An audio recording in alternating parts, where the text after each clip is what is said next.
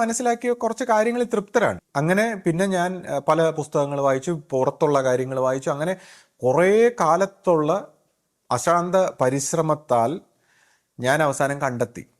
അതായത് വർഷങ്ങൾ നീണ്ടുള്ള ഒരു പരിശ്രമത്താൽ ഇതെന്താണ് ഗുരുമാർഗം എന്ന് ഞാൻ കണ്ടെത്തി. കാര്യം ഉപകാരസ്മരണ എന്നൊക്കെ പറഞ്ഞപ്പോൾ ഞാനിങ്ങനെ പറയുകയുണ്ടായി, എനിക്കങ്ങനെ ഉദ്ദിഷ്ട കാര്യങ്ങളൊന്നുമില്ല, ഞാനിങ്ങനെ ഇത് ചെയ്യുന്നേ ഉള്ളൂ, എനിക്ക് അതുകൊണ്ട് ഉപകാരസ്മരണയൊന്നും ഇല്ല എന്ന് പറയുന്നുണ്ടായിരുന്നു. പക്ഷേ അത് അവർ സമ്മതിക്കുന്നില്ല. അവരുടെ കൂട്ടാളികളും വീണ്ടും വീണ്ടും ഉദ്ദിഷ്ട കാര്യം ഉപകാരസ്മരണ എന്ന് പറഞ്ഞ് നമ്മളെന്തോ ചെയ്യുന്നു എന്നൊക്കെ പറഞ്ഞുകൊണ്ട് ഈ കാര്യം നമ്മളിങ്ങനെ വീഡിയോ എടുക്കുന്നുണ്ടല്ലോ.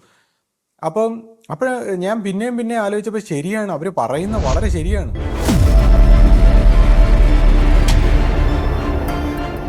സദ്ഗുരുവേ ശരണം. എല്ലാവർക്കും ലൈഫ് ഡിവൈൻ്റെ പുതിയ എപ്പിസോഡിലേക്ക് സ്വാഗതം. ഇത് നേരത്തെ ഇട്ട വീഡിയോയുടെ ഒരു തുടർച്ചയായിട്ടുള്ള ഒരു വീഡിയോ ആണിത്. അപ്പം അതിൻ്റെ ലിങ്ക് ഞാൻ ഇവിടെ കൊടുക്കാം. അപ്പോൾ മറ്റൊരാൾ പറഞ്ഞ ചില ആരോപണങ്ങൾക്കുള്ള ഒരു മറുപടി ആയിരുന്നു കഴിഞ്ഞ ഒരു വീഡിയോയിലുള്ളത്.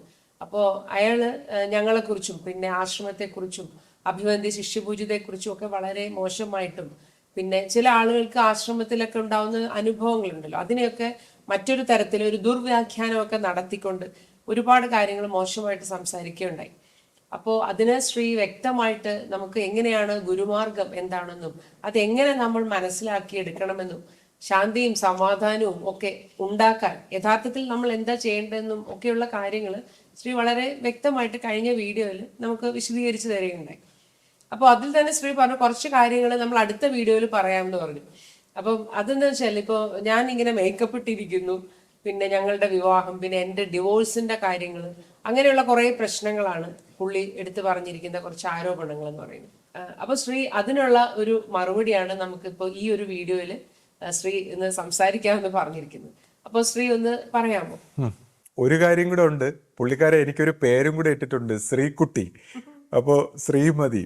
അപ്പോൾ ഈ പേരിനെ കുറിച്ചും എനിക്ക് കുറച്ച് കാര്യങ്ങൾ പറയാനുണ്ട്. അപ്പോൾ ഞാനിപ്പോൾ ഒരു ആധ്യാത്മിക വിഷയങ്ങളൊക്കെ പറയുന്നൊരു വ്യക്തി ആയതുകൊണ്ട് ഞാൻ നമ്മുടെ ഓഡിയൻസിന് വേണ്ടി കുറച്ച് കാര്യം പറയാണ്. അതായത് നമുക്ക് ഈ വ്യക്തിഹത്യയൊക്കെ നടത്തുമ്പോൾ നമ്മൾ സ്വാഭാവികമായിട്ട് എല്ലാവരും വിഷമിക്കാറുണ്ട്. പൊതുവേ ജീവിതത്തിൽ നമ്മളെ സംബന്ധിച്ചിപ്പോൾ എൻ്റെ ഒരു സുഹൃത്തും പറഞ്ഞു, ഇപ്പോൾ വ്യക്തിഹത്യയൊക്കെ നടത്തുമ്പോൾ ഇന്നത്തെ കാലത്ത് ഈ യൂട്യൂബിലൊക്കെ ശ്രദ്ധിച്ചു കഴിഞ്ഞാൽ എല്ലാവരും ഭയങ്കര ഇമോഷണലായിട്ടൊക്കെ പ്രതികരിക്കുകയും അങ്ങോട്ടും ഇങ്ങോട്ടും പഴിചാരിക്കുന്ന ഒരു സ്വഭാവമുണ്ട്. അപ്പോൾ ഇതിനെക്കുറിച്ച് നമ്മുടെ ഒരു ആധ്യാത്മിക വശം എന്താണെന്ന് വെച്ചാൽ, ഈ വ്യക്തിഹത്യ, നമ്മൾ ആരെങ്കിലും വ്യക്തിഹത്യ ചെയ്യുന്നത് നമ്മളെ സംബന്ധിച്ച് വളരെ നല്ല കാര്യമാണ്. ആധ്യാത്മികമായിട്ട് മാത്രമല്ല, ഭൗതികമായിട്ട് നമ്മുടെ ജീവിതത്തിന് അത് വളരെ നല്ലതാണ്. അതായത് ആരെങ്കിലും നമ്മളെ വ്യക്തിഹത്യ ചെയ്താൽ നമ്മുടെ അത്രയും ദോഷം പോയി, നമ്മുടെ എന്തൊക്കെയോ കുറവുകൾ നമുക്ക് തടസ്സമായിട്ടും ദുഃഖമായിട്ടും അല്ലെങ്കിൽ നമുക്ക് ഉണ്ടായിരുന്ന ജന്മാന്തരങ്ങളായിട്ടുള്ള ദോഷങ്ങൾ അത് അവരങ്ങ് എടുത്തുകൊണ്ട് പോവുകയാണ്. അപ്പോൾ അതുകൊണ്ട് ആരെങ്കിലും നമ്മളെക്കുറിച്ച് വ്യക്തിഹത്യയൊക്കെ ചെയ്യാൻ നമ്മുടെ ജീവിതത്തിൽ വരുന്നത് നല്ലതാണ്. നമ്മൾ ആധ്യാത്മികതയിൽ പുരോഗമിച്ച് വരുമ്പോൾ ഈ ദോഷങ്ങളൊക്കെ എടുത്തുകൊണ്ട് പോകാനായിട്ട് ദൈവം തന്നെ നിയോഗിക്കുന്ന മാലാഖമാരാണ് അവർ. അപ്പോൾ അവരെ നമ്മൾ ആ രീതിയിൽ കണ്ട് നമ്മൾ ആ രീതിയിലാണ് അതിനെ എടുക്കേണ്ടത്. അതിൻ്റെ ഒരു ആധ്യാത്മിക വശം. അപ്പോൾ ഈ മസാല കഥകളുടെ ഒരു വിശദീകരണമായിരിക്കും എല്ലാവരും പ്രതീക്ഷിക്കുന്നത്. അപ്പോൾ അത് ഞാൻ അവസാനത്തിലേക്ക് മാറ്റിവെക്കുകയാണ്. നമ്മളിപ്പോൾ പുതിയ ഒരു ട്രെൻഡ് ഉണ്ടല്ലോ, ഇപ്പോൾ വീഡിയോ അവസാനം വരെ കാണാനായിട്ട് ഏറ്റവും പ്രധാനപ്പെട്ട കാര്യങ്ങളൊക്കെ അവസാനം മാറ്റിവെക്കുന്ന പോലെയാണ്, അല്ലാതെ നമ്മളത് ഒഴിവാക്കുന്നതല്ല. അപ്പോൾ ഞാൻ മറ്റൊരു വിഷയം, അതായത് ഇപ്പം ഞാൻ കഴിഞ്ഞ വീഡിയോയിൽ ഇപ്പോൾ അഭിവന്ധ്യ ശിഷ്യപൂജിതയെക്കുറിച്ചും അല്ലെങ്കിൽ ഗുരുമാർഗത്തെക്കുറിച്ചും എൻ്റെ അനുഭവത്തെക്കുറിച്ചും ഒക്കെ വിശദമായിട്ട് സംസാരിക്കുകയുണ്ടായി. സാധാരണഗതിയിൽ നമ്മൾ ഈ ആധ്യാത്മിക വിഷയങ്ങൾ അങ്ങനെ നമ്മൾ പരസ്യമായിട്ട് പറയാൻ പാടില്ല. കാരണം അത് ഒരുപാട് പേർക്ക് തെറ്റിദ്ധാരണ ഉണ്ടാകാനുള്ള സാധ്യതയുണ്ട്. കൂടാതെ ഇപ്പോൾ നമ്മൾ പൊതുവെ ഇപ്പോൾ നമ്മുടെ 3 ഡയമെൻഷനലായിട്ടുള്ള നമ്മുടെ എക്സിസ്റ്റൻസിൽ നമ്മൾ ഒരു നോർമൽ ഒരു ലൈഫ് ജീവിക്കുകയാണ് എല്ലാവരും. അപ്പോൾ ഇതിന് വിരുദ്ധമായ കാര്യങ്ങൾ വരുമ്പോൾ അത് അബ്നോർമൽ ആണെന്നുള്ള ഒരു ചിന്ത പൊതുവേ വരാറുണ്ട്. അപ്പോൾ അതുകൊണ്ട് തന്നെ പൊതുജനങ്ങളോട് സംസാരിക്കുമ്പോൾ ഇത്തരം കാര്യങ്ങൾ ആധ്യാത്മിക ഗുരുക്കന്മാർ തന്നെ മറച്ചു വയ്ക്കാറാണ് പതിവ്. കൂടാതെ ഇപ്പോൾ നമ്മൾ നോക്കുമ്പോൾ പൊതുവേ നമ്മുടെ ഒരു മെറ്റീരിയലിസ്റ്റിക് ആയിട്ടുള്ള ഒരു തലത്തിലാണ് ഇപ്പോൾ ഈ ഒരു കാലഘട്ടം. അപ്പോൾ ഈ സയൻറ്റിഫിക് ആയിട്ടുള്ള ഒരു കാലഘട്ടത്തിൽ ഇതുപോലുള്ള കാര്യങ്ങൾ ഇപ്പോൾ വിമർശിക്കുകയും പരിഹസിക്കുകയൊക്കെ ചെയ്യുന്ന ഒരു ട്രെൻഡ് ആയിക്കൊണ്ടിരിക്കുകയാണ്.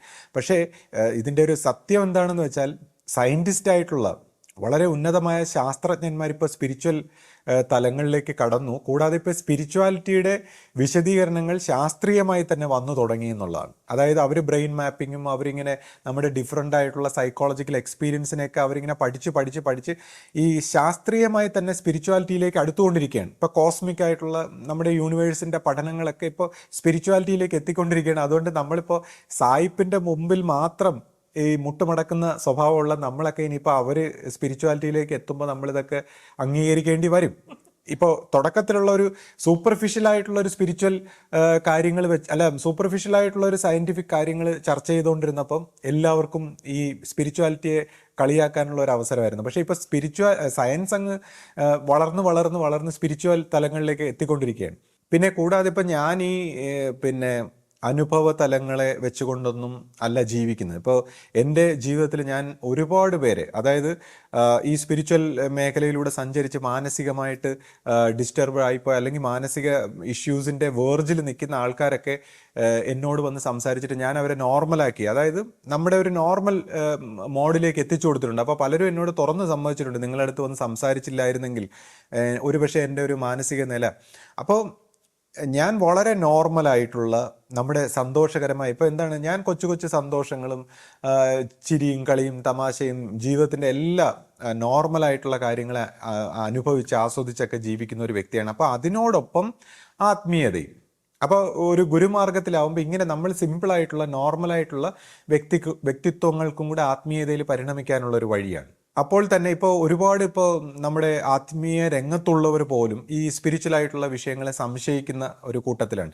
അതെന്തുകൊണ്ടാണെന്ന് വെച്ചാൽ നമ്മൾക്ക് എക്സിസ്റ്റ് ചെയ്യുന്ന ഒരു മാനസിക തലത്തിൽ നിന്ന് അതിൻ്റെ അപ്പുറത്തിലേക്ക് പോകുമ്പോൾ എല്ലാവർക്കും ഒരു ഭയമാണ്.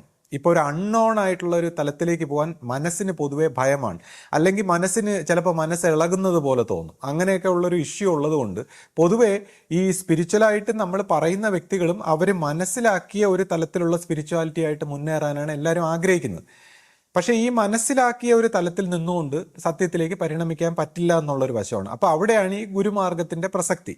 അപ്പോൾ എനിവേ നമ്മളിങ്ങനെ ഇതുപോലുള്ള കാര്യങ്ങൾ സംസാരിക്കുമ്പോൾ നമുക്കിപ്പോൾ ഞാൻ ഈ കുറച്ച് ഇതിനെ എതിർക്കുന്ന റിബല്യസ് ആയിട്ടുള്ള വ്യക്തികൾ മാത്രമല്ല, എനിക്കിപ്പോൾ ഇതിനെ അവരവർ മനസ്സിലാക്കിയ രീതിയിലുള്ള സ്പിരിച്വാലിറ്റി മതിയെന്ന് പറയുന്ന മറ്റൊരു ഗ്രൂപ്പുണ്ട്. അവർക്കും ഞാൻ പറയുന്ന കാര്യങ്ങൾ ഇഷ്ടമല്ല. അപ്പോൾ എന്തായാലും നമ്മൾ ഒരു സ്പിരിച്വാലിറ്റിയിലേക്ക് വളരെ റൈറ്റായിട്ടുള്ളൊരു പാത്തിലൂടെ വളരെ ശാന്തമായി, വളരെ നോർമലായി, വളരെ ക്ലാരിറ്റിയോടെ പരിണമിക്കുന്ന ഒരു വശത്തിനെ കുറിച്ചാണ് ഞാൻ സംസാരിക്കുന്നത്. അതായത് വളരെ ക്ലാരിറ്റിയോടെ, വളരെ ശാന്തിയോടെ നമുക്ക് വളരെ നോർമലായിട്ട് സ്പിരിച്വാലിറ്റിയിലേക്ക് പരിണമിക്കാം. എന്നാൽ ഈ പറയുന്ന ആത്യന്തികമായ അനുഭവങ്ങൾ അല്ലെങ്കിൽ അവസ്ഥകൾ ഇതിനെയൊക്കെ നമുക്ക് അൺകവറും ചെയ്യണം. അപ്പോൾ ഈ നമ്മുടെ ഈ നോർമൽ എന്ന് പറയുന്ന ഈ പൊതുവേ നമ്മളെല്ലാവരും അങ്ങ് വിശ്വസിക്കുന്ന ഈ നോർമൽ എന്ന് പറയുന്ന അവസ്ഥ പോലും ഇത് വളരെ ആക്ച്വലി നമ്മൾ ഈ കൈയും കാലും ഒക്കെ ഇങ്ങനെ ആട്ടി നമ്മളിങ്ങനെ നോക്കുമ്പോൾ ഇത് വളരെ മിറാക്കുലസ് ആയിട്ടുള്ളൊരു സ്റ്റേറ്റാണ്. പക്ഷേ ഈ സ്റ്റേറ്റിൻ്റെ ആ ഒരു അത്ഭുതവും ആ ക്യൂരിയോസിറ്റിയും ഒക്കെ നമുക്ക് നഷ്ടപ്പെട്ടു പോയി. കാര്യം എന്ന് വെച്ചാൽ നമ്മൾ ഇതിനെ അങ്ങ് നോർമലാക്കി കളഞ്ഞു. ഇതിനെ നിത്യവും നമുക്കൊരു റോബോട്ടിക് മെക്കാനിക്കലായിട്ടുള്ള നോർമലാക്കിയതുകൊണ്ട് നമുക്ക് ജീവിതത്തിൻ്റെ ആ സൗരഭ്യവും ആ സന്തോഷവും ആനന്ദവും ഒക്കെ നഷ്ടപ്പെട്ടു പോയി. അപ്പോൾ അതിൽ നിന്നും ഈ നോർമലായിട്ടുള്ള ഈ തലത്തിൽ നമുക്ക് ആ ശാന്തിയും സമാധാനത്തെയും കൊണ്ടുവരാനുള്ളതാണ് നമ്മൾ ഈ സംസാരിക്കുന്ന ഒരു സ്പിരിച്വാലിറ്റി. അപ്പോൾ അതിൽ ഗുരുമാർഗത്തിൻ്റെ പ്രസക്തിയെക്കുറിച്ച് പറഞ്ഞു. അപ്പോൾ നമ്മുടെ അഭിവന്ദ്യ ശിഷ്യപൂജയുടെ കാര്യങ്ങളൊക്കെ അല്ലെങ്കിൽ അവസ്ഥാ പൂർത്തീകരണം അതുപോലുള്ള കാര്യങ്ങളെക്കുറിച്ചൊക്കെ ഞാൻ സംസാരിക്കുകയുണ്ടായി. ഇപ്പോൾ ഈ അവസ്ഥാ പൂർത്തീകരണത്തെക്കുറിച്ച് പറയുമ്പോൾ ഈ വ്യക്തികൾ ഈ അവസ്ഥാ പൂർത്തീകരണം ഒരു നാടകം എന്നും പറഞ്ഞുകൊണ്ട്, അല്ലെങ്കിൽ ഇപ്പോൾ ഒരു പഴയ സന്യാസിനി, അവർ സന്യാസമൊക്കെ ഉപേക്ഷിച്ച് പോയ ഒരു സ്ത്രീ, അവരെ നിസ്സംഗ ജന്നി എന്നാണ് അറിയപ്പെട്ടിരുന്നത്. അപ്പോൾ അവർ നടത്തിയ ചില ആരോപണങ്ങൾ ഈ അവസ്ഥാ പൂർത്തീകരണത്തെക്കുറിച്ചൊക്കെ. അപ്പോൾ ഈ അവസ്ഥാ പൂർത്തീകരണമെന്ന് പറഞ്ഞ് നടന്നത് എന്താണ്, അതൊരു നാടകമാണോ, അതിൻ്റെ ഒരു സത്യാവസ്ഥ എന്താണെന്ന് നമ്മൾ പരിശോധിക്കുമ്പോൾ, ഇപ്പോൾ ഗുരുവിൻ്റെ ദേഹവിയോഗവുമായി ബന്ധപ്പെട്ട് പരിണമിക്കുന്ന ഒരു കാലഘട്ടത്തിൽ ആശ്രമത്തിൽ ഇപ്പോൾ ശിഷ്യപൂജയുടെ ഒരു ദർശന സ്വഭാവത്തിൽ ഗുരു നൽകുന്ന നിർദ്ദേശപ്രകാരമാണ് കാര്യങ്ങളെല്ലാം നടന്നുകൊണ്ടിരുന്നത്. അപ്പോൾ ഗുരുവിൻ്റെ ദർശന സ്വഭാവത്തിൽ അതും നമ്മുടെ ഈ ഒരു ആസ്ട്രൽ ബോഡി അല്ലെങ്കിൽ ആ തലത്തിൽ നിന്നൊക്കെയുള്ള സംസാരങ്ങൾ ഗുരു ശരീരത്തിൽ ജീവിച്ചിരുന്നപ്പോൾ കിട്ടുന്നത് പോലുള്ള നിർദ്ദേശങ്ങൾ കിട്ടിക്കൊണ്ടിരുന്നു പരമ്പരയ്ക്ക്. പക്ഷേ എന്നാൽ പരമ്പരയെ സംബന്ധിച്ച് ഒരു ഗുരു സ്ഥാനം വന്നില്ലെങ്കിൽ, അല്ലെങ്കിൽ ഒരു ഗുരു എന്ന് പറയുന്ന ഒരു ഭാഗം തെളിഞ്ഞില്ലെങ്കിൽ, ഈ പ്രകാശത്തിന്റെ സ്രോതസ്സായിട്ടുള്ള ഒരു വ്യക്തി ഉണ്ടായില്ലെങ്കിൽ, ഈ ഒരു ഗുരുമാർഗം എന്ന് പറയുന്ന ഒരു പ്രോസസ്സ് അവിടെ പൂർത്തിയാവില്ല. കാരണം എന്താണെന്ന് വെച്ചാൽ ഈ വിശ്വാസ സ്വഭാവത്തിലുള്ളവരും ഇവരൊക്കെ വന്ന് നമസ്കരിക്കുകയും അല്ലെങ്കിൽ അവരുടെ ഒരു ആത്മീയമായ ഒരു ക്ലെൻസിങ്, ഈ സംസ്കാരങ്ങളുടെയും വാസനകളുടെയും അല്ലെങ്കിൽ കർമ്മദോഷങ്ങളുടെയൊക്കെ ഒരു പ്യൂരിഫിക്കേഷൻ്റെ ഭാഗമായി ഗുരുമാർഗത്തിൽ ഈ ഗുരു സ്വരൂപമായിട്ട് ഇരിക്കേണ്ട ഒരു ആവശ്യകതയുണ്ട് ശിഷ്യന്മാരുടെ മുമ്പിൽ. അപ്പോൾ അവർ നമസ്കരിക്കുന്നതും, അപ്പോൾ ഇങ്ങനെയുള്ള ഒരു പരിണാമത്തിലേക്ക് വരണമെങ്കിൽ ഇപ്പോൾ എനിക്ക് തോന്നുന്നു ആ ഒരു കാലഘട്ടത്തിൽ ശിഷ്യഭൂതം ഒരു 6 അവസ്ഥ വരെ എത്തിയിട്ടുള്ള ഒരു സ്റ്റേജിൽ നിൽക്കുകയാണ്.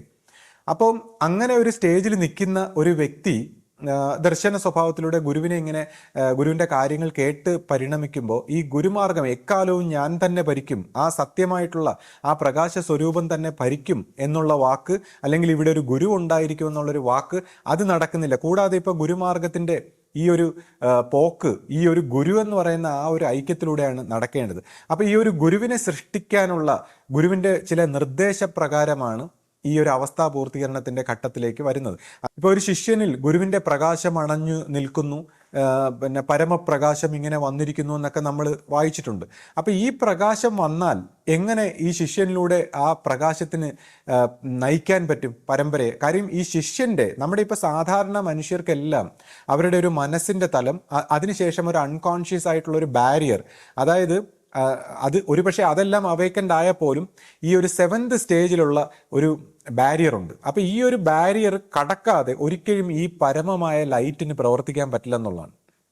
ഈ പരമമായ ആ പ്രകാശത്തിൻ്റെ ഇൻ്റലിജൻസിന്, ഇപ്പോൾ ഗോഡെന്നോ നമ്മൾ ആ സുപ്രീം ലൈറ്റ് എന്നോ സുപ്രീം ഗോഡെന്നോ എന്താണോ പറയുന്ന ആ ഒരു ഇൻ്റലിജൻസിന്, ആ ഒരു ലൈറ്റിന് ഹ്യൂമൻ നമ്മുടെ ഈ വേൾഡിലേക്ക് പ്രവർത്തിക്കണമെങ്കിൽ ഈ ഒരു 7th സ്റ്റേജ് ക്രോസ് ചെയ്ത വ്യക്തിയായിരിക്കണം. അപ്പോൾ ടോട്ടലി മൈൻഡിൽ നിന്ന് ഫ്രീ ആയിട്ടുള്ള ഒരു വ്യക്തിയാണെങ്കിൽ ഈ ലൈറ്റിന്, ഗുരു എന്ന് പറയുന്ന ആ ലൈറ്റിന് പ്രവർത്തിക്കാൻ പറ്റൂ. അപ്പോൾ അങ്ങനെയുള്ളൊരു സാഹചര്യത്തിൽ ശിഷ്യനെ ഈ ഒരു അവസ്ഥ കടത്താൻ, ആ പൂർണ്ണതയിലേക്ക് എത്തിക്കാൻ, ഗുരു എവിടെയാണോ ഗുരുവിൻ്റെ സ്ഥാനം, ആ സ്ഥാനത്തിലേക്ക് എത്തിച്ച് ഗുരുവിന് തന്നെ ഇതിലൂടെ ആ പരമമായ ഇൻ്റലിജൻസിന്, യഥാർത്ഥ ഗുരുവിന്, ഇപ്പം നമ്മുടെ പരമ്പരയിലുള്ള ഒരു പൊതുവെ ഇപ്പോൾ ഗുരുവിൻ്റെ ആ ശരീര മനസ്സുകളെ, ഇപ്പോൾ ശരീര മനസ്സുകൾ എന്ന് പറയുമ്പോൾ ബയോളജിക്കൽ റോബോട്ടാണ്, നമ്മുടെ എല്ലാവരുടെയും ശരീരം പോലെ ഒരു ബയോളജിക്കൽ റോബോട്ടായ അതിൻ്റെ ഒരു ഇൻ്റലിജൻസിനെ, അതിൻ്റെ ഒരു മനസ്സിനെ ആണ് പൊതുവെ ഗുരുവായിട്ട് നമ്മുടെ ഈ പരമ്പരയിലുള്ളവർ ഈ ശരീര മനസ്സുകളെയാണ് കണ്ടിട്ടുള്ളത്. അപ്പോൾ ആ സമയത്തും ഗുരു പറയും, ഞാൻ സംസാരിക്കുന്നില്ല, എനിക്ക് അറിയിക്കാനുള്ളത് ആ പ്രകാശമായിട്ടുള്ള, പ്രകാശ സ്വരൂപമായിട്ടുള്ള, സത്യമായിട്ടുള്ള, ദൈവമായിട്ടുള്ള ആ അറിയിപ്പിനനുസരിച്ചാണ് ഞാൻ പ്രവർത്തിക്കുന്നത് എന്ന് പറഞ്ഞു. അപ്പോൾ ഈ ഗുരു ശരീരം ദേഹവിയോഗത്തിന് ശേഷം ആ ദൈവമായിട്ടുള്ള പ്രകാശം മാത്രമായപ്പോൾ, ആ പ്രകാശം ശിഷ്യപൂജയിൽ വന്ന് അണഞ്ഞപ്പോൾ ആ ഗുരുവിന് എങ്ങനെ പ്രവർത്തിക്കാൻ പറ്റും? കാര്യം ഈ ശിഷ്യൻ മനസ്സിൽ നിന്ന് കംപ്ലീറ്റ് മോചനം നേടി, അവേക്കൻ നേടി ഈ പറയുന്ന ആ പ്രകാശത്തിലേക്ക് ആ ശിഷ്യന്റെ ബോധമണ്ഡലം മേർജായ മാത്രമേ ഈ പ്രകാശത്തിന് ഗുരുവായിട്ട് പ്രവർത്തിക്കാൻ പറ്റൂ. അപ്പോൾ അതിലേക്ക് പരിണമിപ്പിക്കുന്ന ഒരു പ്രക്രിയയാണ് ഈ അവസ്ഥാ പൂർത്തീകരണം എന്ന് പറയുന്നത്. അപ്പോൾ ഈ മനസ്സിൻ്റെ കംപ്ലീറ്റ് പ്രോസസ്സിൽ നിന്നും കടക്കുന്ന ആ ഒരു ഘട്ടത്തിൽ എങ്ങനെ ഇതിനെ അവേക്കൻ ചെയ്യും? അപ്പോൾ ഈ സൂഫി ബൗൾ മിസ്റ്റിക്കുകളുടെയൊക്കെ ഇടയിൽ ഒരു ഭയങ്കര ഒരു സ്പിരിച്വൽ പ്രാക്ടീസ് ഉണ്ട്. അതായത് ഒരു 41 ദിവസം ഒരാൾ ഉറങ്ങാതെ പ്രാക്ടീസ് ചെയ്യുന്ന ഒരു മെത്തേഡുണ്ട്. ദൈവത്തിനെ ഇങ്ങനെ നാമം ജപിച്ചുകൊണ്ട് 41 ദിവസം ഉറങ്ങാതെ ഇരുന്നാൽ ഇയാൾ ടോട്ടലി അവേക്കൻഡ്, ഈ മനസ്സിൽ നിന്ന് കംപ്ലീറ്റ്ലി ഇയാൾ ഫ്രീ ആവും എന്നുള്ളൊരു പ്രോസസ്സാണ്. പക്ഷേ ഇതിൻ്റെ ഒരു സൈഡ് പ്രോബ്ലം എന്താണെന്ന് വെച്ചാൽ, ഇതിൻ്റെ ഇടയിൽ ഇയാൾ നിർത്തിയ ഇയാൾ കംപ്ലീറ്റ്ലി മാഡായി പോകാനുള്ള സാധ്യതയുണ്ട്, മരണം സംഭവിക്കാനുള്ള സാധ്യതയുണ്ട്. ഭയങ്കരമായ ഒരു ഡേഞ്ചറസ് ആയിട്ടുള്ള ഒരു പ്രാക്ടീസാണ്. ഇത് ആരും ചെയ്യാൻ പാടില്ല. ഒരു ഗുരുക്കന്മാരുടെ കറക്റ്റ് ഗൈഡൻസിലല്ലാതെ സാധാരണക്കാർക്ക് പ്രാക്ടീസ് ചെയ്യാൻ പാടില്ല. ആരും അങ്ങനെ പ്രാക്ടീസ് ചെയ്യുക വളരെ റെയറസ്റ്റ് ആയിട്ടുള്ള ഒരു പ്രാക്ടീസാണ്. അപ്പോൾ അതുപോലത്തെ ഒരു പ്രാക്ടീസ് ആണെന്ന് ഞാൻ പറയുന്നില്ല, പക്ഷേ അതിന് സിമിലർ ആയിട്ടുള്ള ഒരു പ്രാക്ടീസ് ഇവിടെ ഗുരുനിർദ്ദേശ പ്രകാരം നടന്നു. അതായത് 41 ദിവസം ശിഷ്യഭൂത ജന്യയുടെ കണ്ണടച്ചിട്ടില്ല എന്നുള്ളതാണ്. അപ്പോൾ രാത്രി പോലും അതിനെ വാച്ച് ചെയ്യാനായിട്ട് ആളുകൾ കൂടെ ഉണ്ടായിരുന്നു, ശിഷ്യന്മാരൊക്കെ കൂടെ ഉണ്ടായിരുന്നു എന്ന് നമ്മൾ കേട്ടിട്ടുണ്ട്. അപ്പോൾ ആ കാലഘട്ടത്തിൽ അതായത് കംപ്ലീറ്റ് ഈ മൈൻഡിൻ്റെ ഹോൾ സർഫസും അവേക്കൻഡ് ആവുക എന്നുള്ളതാണ്. മൈൻഡിൽ അൺകോൺഷ്യസ് ആയിട്ടുള്ള ഒരു എലമെൻറ്റും പാടില്ല. അതായത് ഈ വ്യക്തിയുടെ സബ്കോൺഷ്യസ് അൺകോൺഷ്യസ് ആയിട്ടുള്ള ഹോൾ മൈൻഡും അവേക്കൻഡ് ആവുക. ഇയാൾക്ക് വ്യക്തിഗതമായിട്ടുള്ള ഇയാളുടെ പേഴ്സണലായിട്ടുള്ള സംസ്കാരങ്ങളും വാസനകളും ആഗ്രഹങ്ങളും എല്ലാം ക്ലീൻ ആവുക, ഇയാളൊരു കംപ്ലീറ്റ് ക്ലീൻ സ്ലേറ്റ് ആയി കൊടുക്കുക. എന്നിട്ട് ഗുരുവിൻ്റെ ആ ലൈറ്റിന് പ്രവർത്തിക്കാനുള്ള ഒരു പാത്ത് തുറന്നു കൊടുക്കുക. ഇതാണ് ആ അവസ്ഥാ പൂർത്തീകരണം എന്ന് പറഞ്ഞ് അവിടെ നടന്നത്.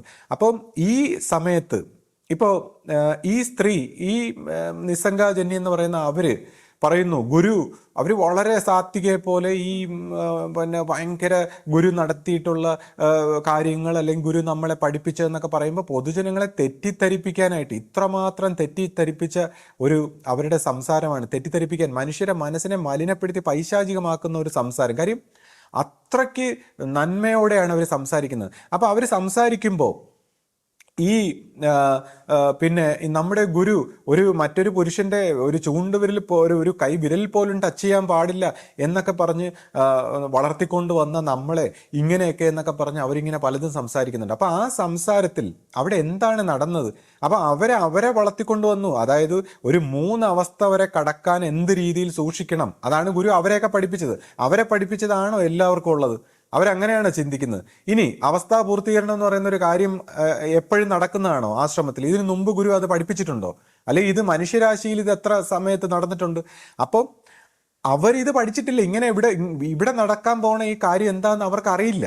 അപ്പോൾ അവർക്ക് അവരുടെ അവസ്ഥയിൽ നിന്നുകൊണ്ട് എത്ര അവസ്ഥ വരെ മാറണം, അല്ലെങ്കിൽ അതിനെന്ത് ചെയ്യണം എന്നുള്ള കാര്യമാണ് അവരെ പഠിപ്പിച്ചിട്ടുള്ളത്.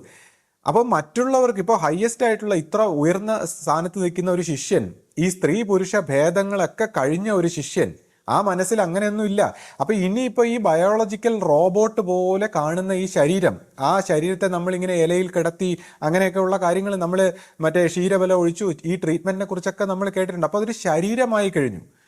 വെറും ഒരു ശരീരം പോലുള്ള ആ സാധനത്തിൽ ഈ ബോധം പിടിച്ചു വെക്കണം. കാര്യം ഈ കോൺഷ്യസ്നെസ് ഇങ്ങനെ ഉണർന്ന് പോകുമ്പോൾ അങ്ങ് അപ്പുറത്ത് പോയിട്ട് തിരിച്ചു വരാൻ പറ്റാത്ത രീതിയിലാകരുത്. അപ്പോൾ ഈ ശരീരത്തെ എങ്ങനെ മാഗ്നറ്റ് പോലെ, ഇപ്പോൾ അന്ന് നമ്മൾ കാണുമ്പോൾ ഗുരുധർമ്മൻ സ്വാമി, ധർമാനന്ദ സ്വാമി, ഇപ്പോൾ അങ്ങനെ കുറച്ച് പേര് പുരുഷന്മാരും ആ സ്ഥലത്തുണ്ടായിരുന്നു. അപ്പോൾ ഈ പുരുഷന്മാരെയൊക്കെ എന്തിന് അവിടെ നിർത്തി, എന്തിന് ശുശ്രൂഷിപ്പിച്ചു എന്നൊക്കെ ചോദിക്കുന്നുണ്ട്.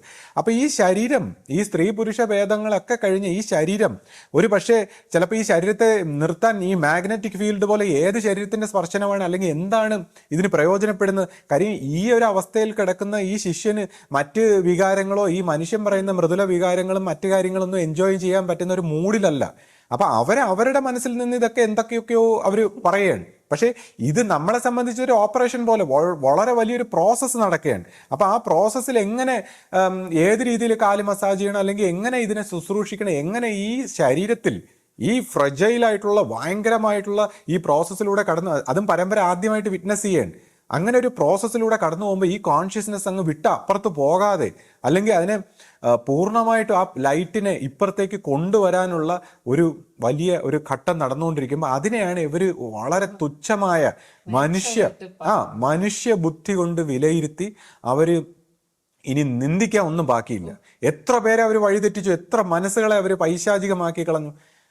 അതിനുശേഷം ഈ പ്രകാശം വന്ന് അണയുന്ന ഈ ശരീരം, അപ്പോൾ നമ്മളെ ആ ശരീരത്തിൻ്റെ പ്രത്യേകത, അപ്പം നമ്മളെ സംബന്ധിച്ചെന്ന് പറഞ്ഞാൽ അപ്പോൾ ഗുരു അതിനോടൊപ്പം തന്നെ ഇപ്പം ഈ ഒരു അവസ്ഥാ പൂർത്തീകരണത്തിലേക്ക് ട്രാൻസെൻഡ് ചെയ്യുന്ന സമയത്ത് ഒരു സ്ത്രീ ഈ 7th സ്റ്റേജ് കടക്കാൻ ഈ അന്തരീക്ഷത്തിൽ ഈ പ്രകൃതിയിൽ അതിന് തടസ്സം. കാര്യം നമ്മുടെ ഓരോ ആത്മീയതയുടെ ഓരോ സ്റ്റേജും കടക്കുമ്പോൾ അത് ഇനേർഷ്യ പോലെ മനസ്സിലാക്കിയാൽ മതി. നമ്മൾ ഫിസിക്സിൽ പഠിച്ചിട്ടുള്ള ഇനേർഷ്യ നമ്മളെ നിൽക്കുന്നിടത്ത് നിർത്താൻ നോക്കുന്നു. പ്രകൃതിയുടെ അതിൻ്റെ അപ്പുറത്തേക്ക് കടത്തി വിടുന്നില്ല കോൺഷ്യസ്നെസ്സിൽ.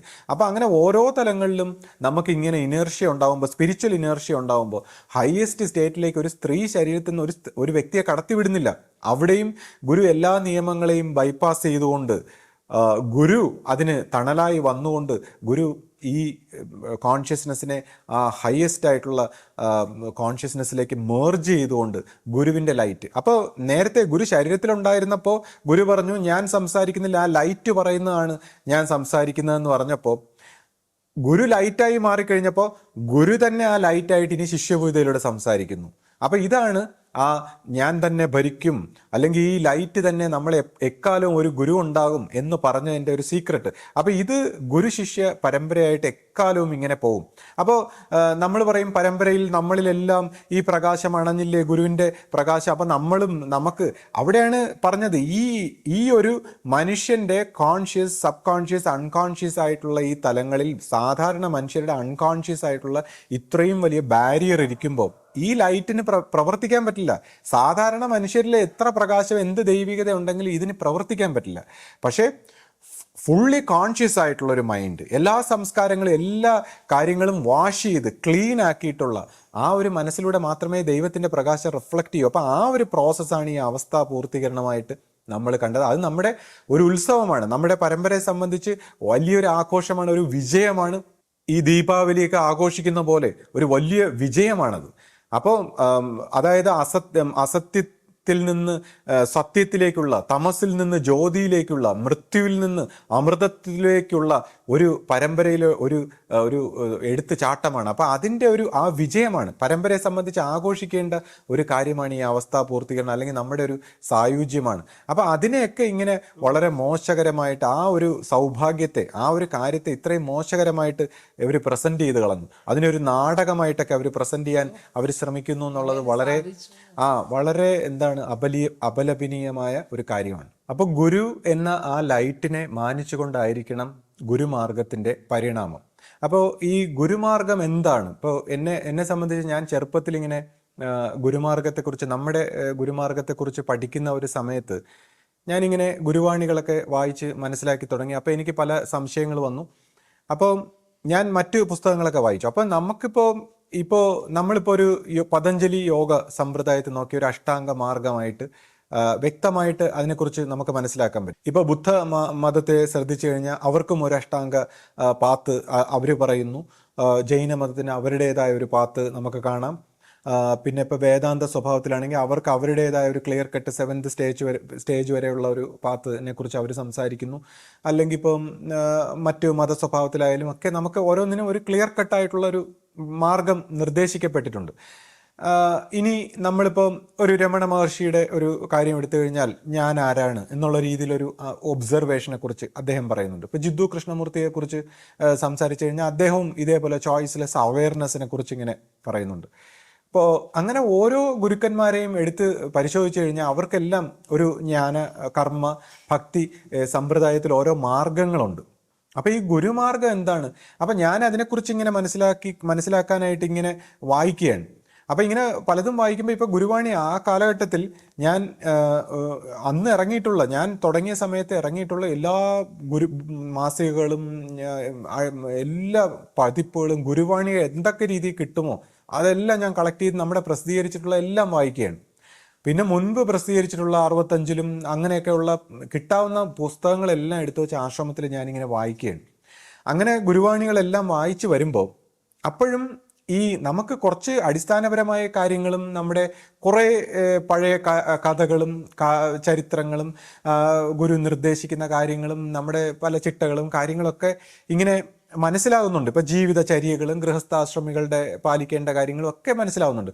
പക്ഷേ നമ്മൾ ഈ സത്യത്തിലേക്ക് സഞ്ചരിക്കുമ്പോൾ, അല്ലെങ്കിൽ ഒരു സത്യാന്വേഷിയെ സംബന്ധിച്ച് ഇത് എങ്ങനെ ഒരു പൂർണ്ണമായ ആ ഒരു കോൺഷ്യസ്നെസ്സിൻ്റെ പരിണാമത്തെക്കുറിച്ചൊന്നും അങ്ങനെ ഗുരു ക്ലിയർ ആയിട്ട് പറയുന്നില്ല. ഇപ്പോൾ ഓരോ സ്ഥലത്തും ഗുരു പറഞ്ഞു വയ്ക്കുമ്പോൾ അവിടെ അങ്ങ് നിർത്തുകയാണ്.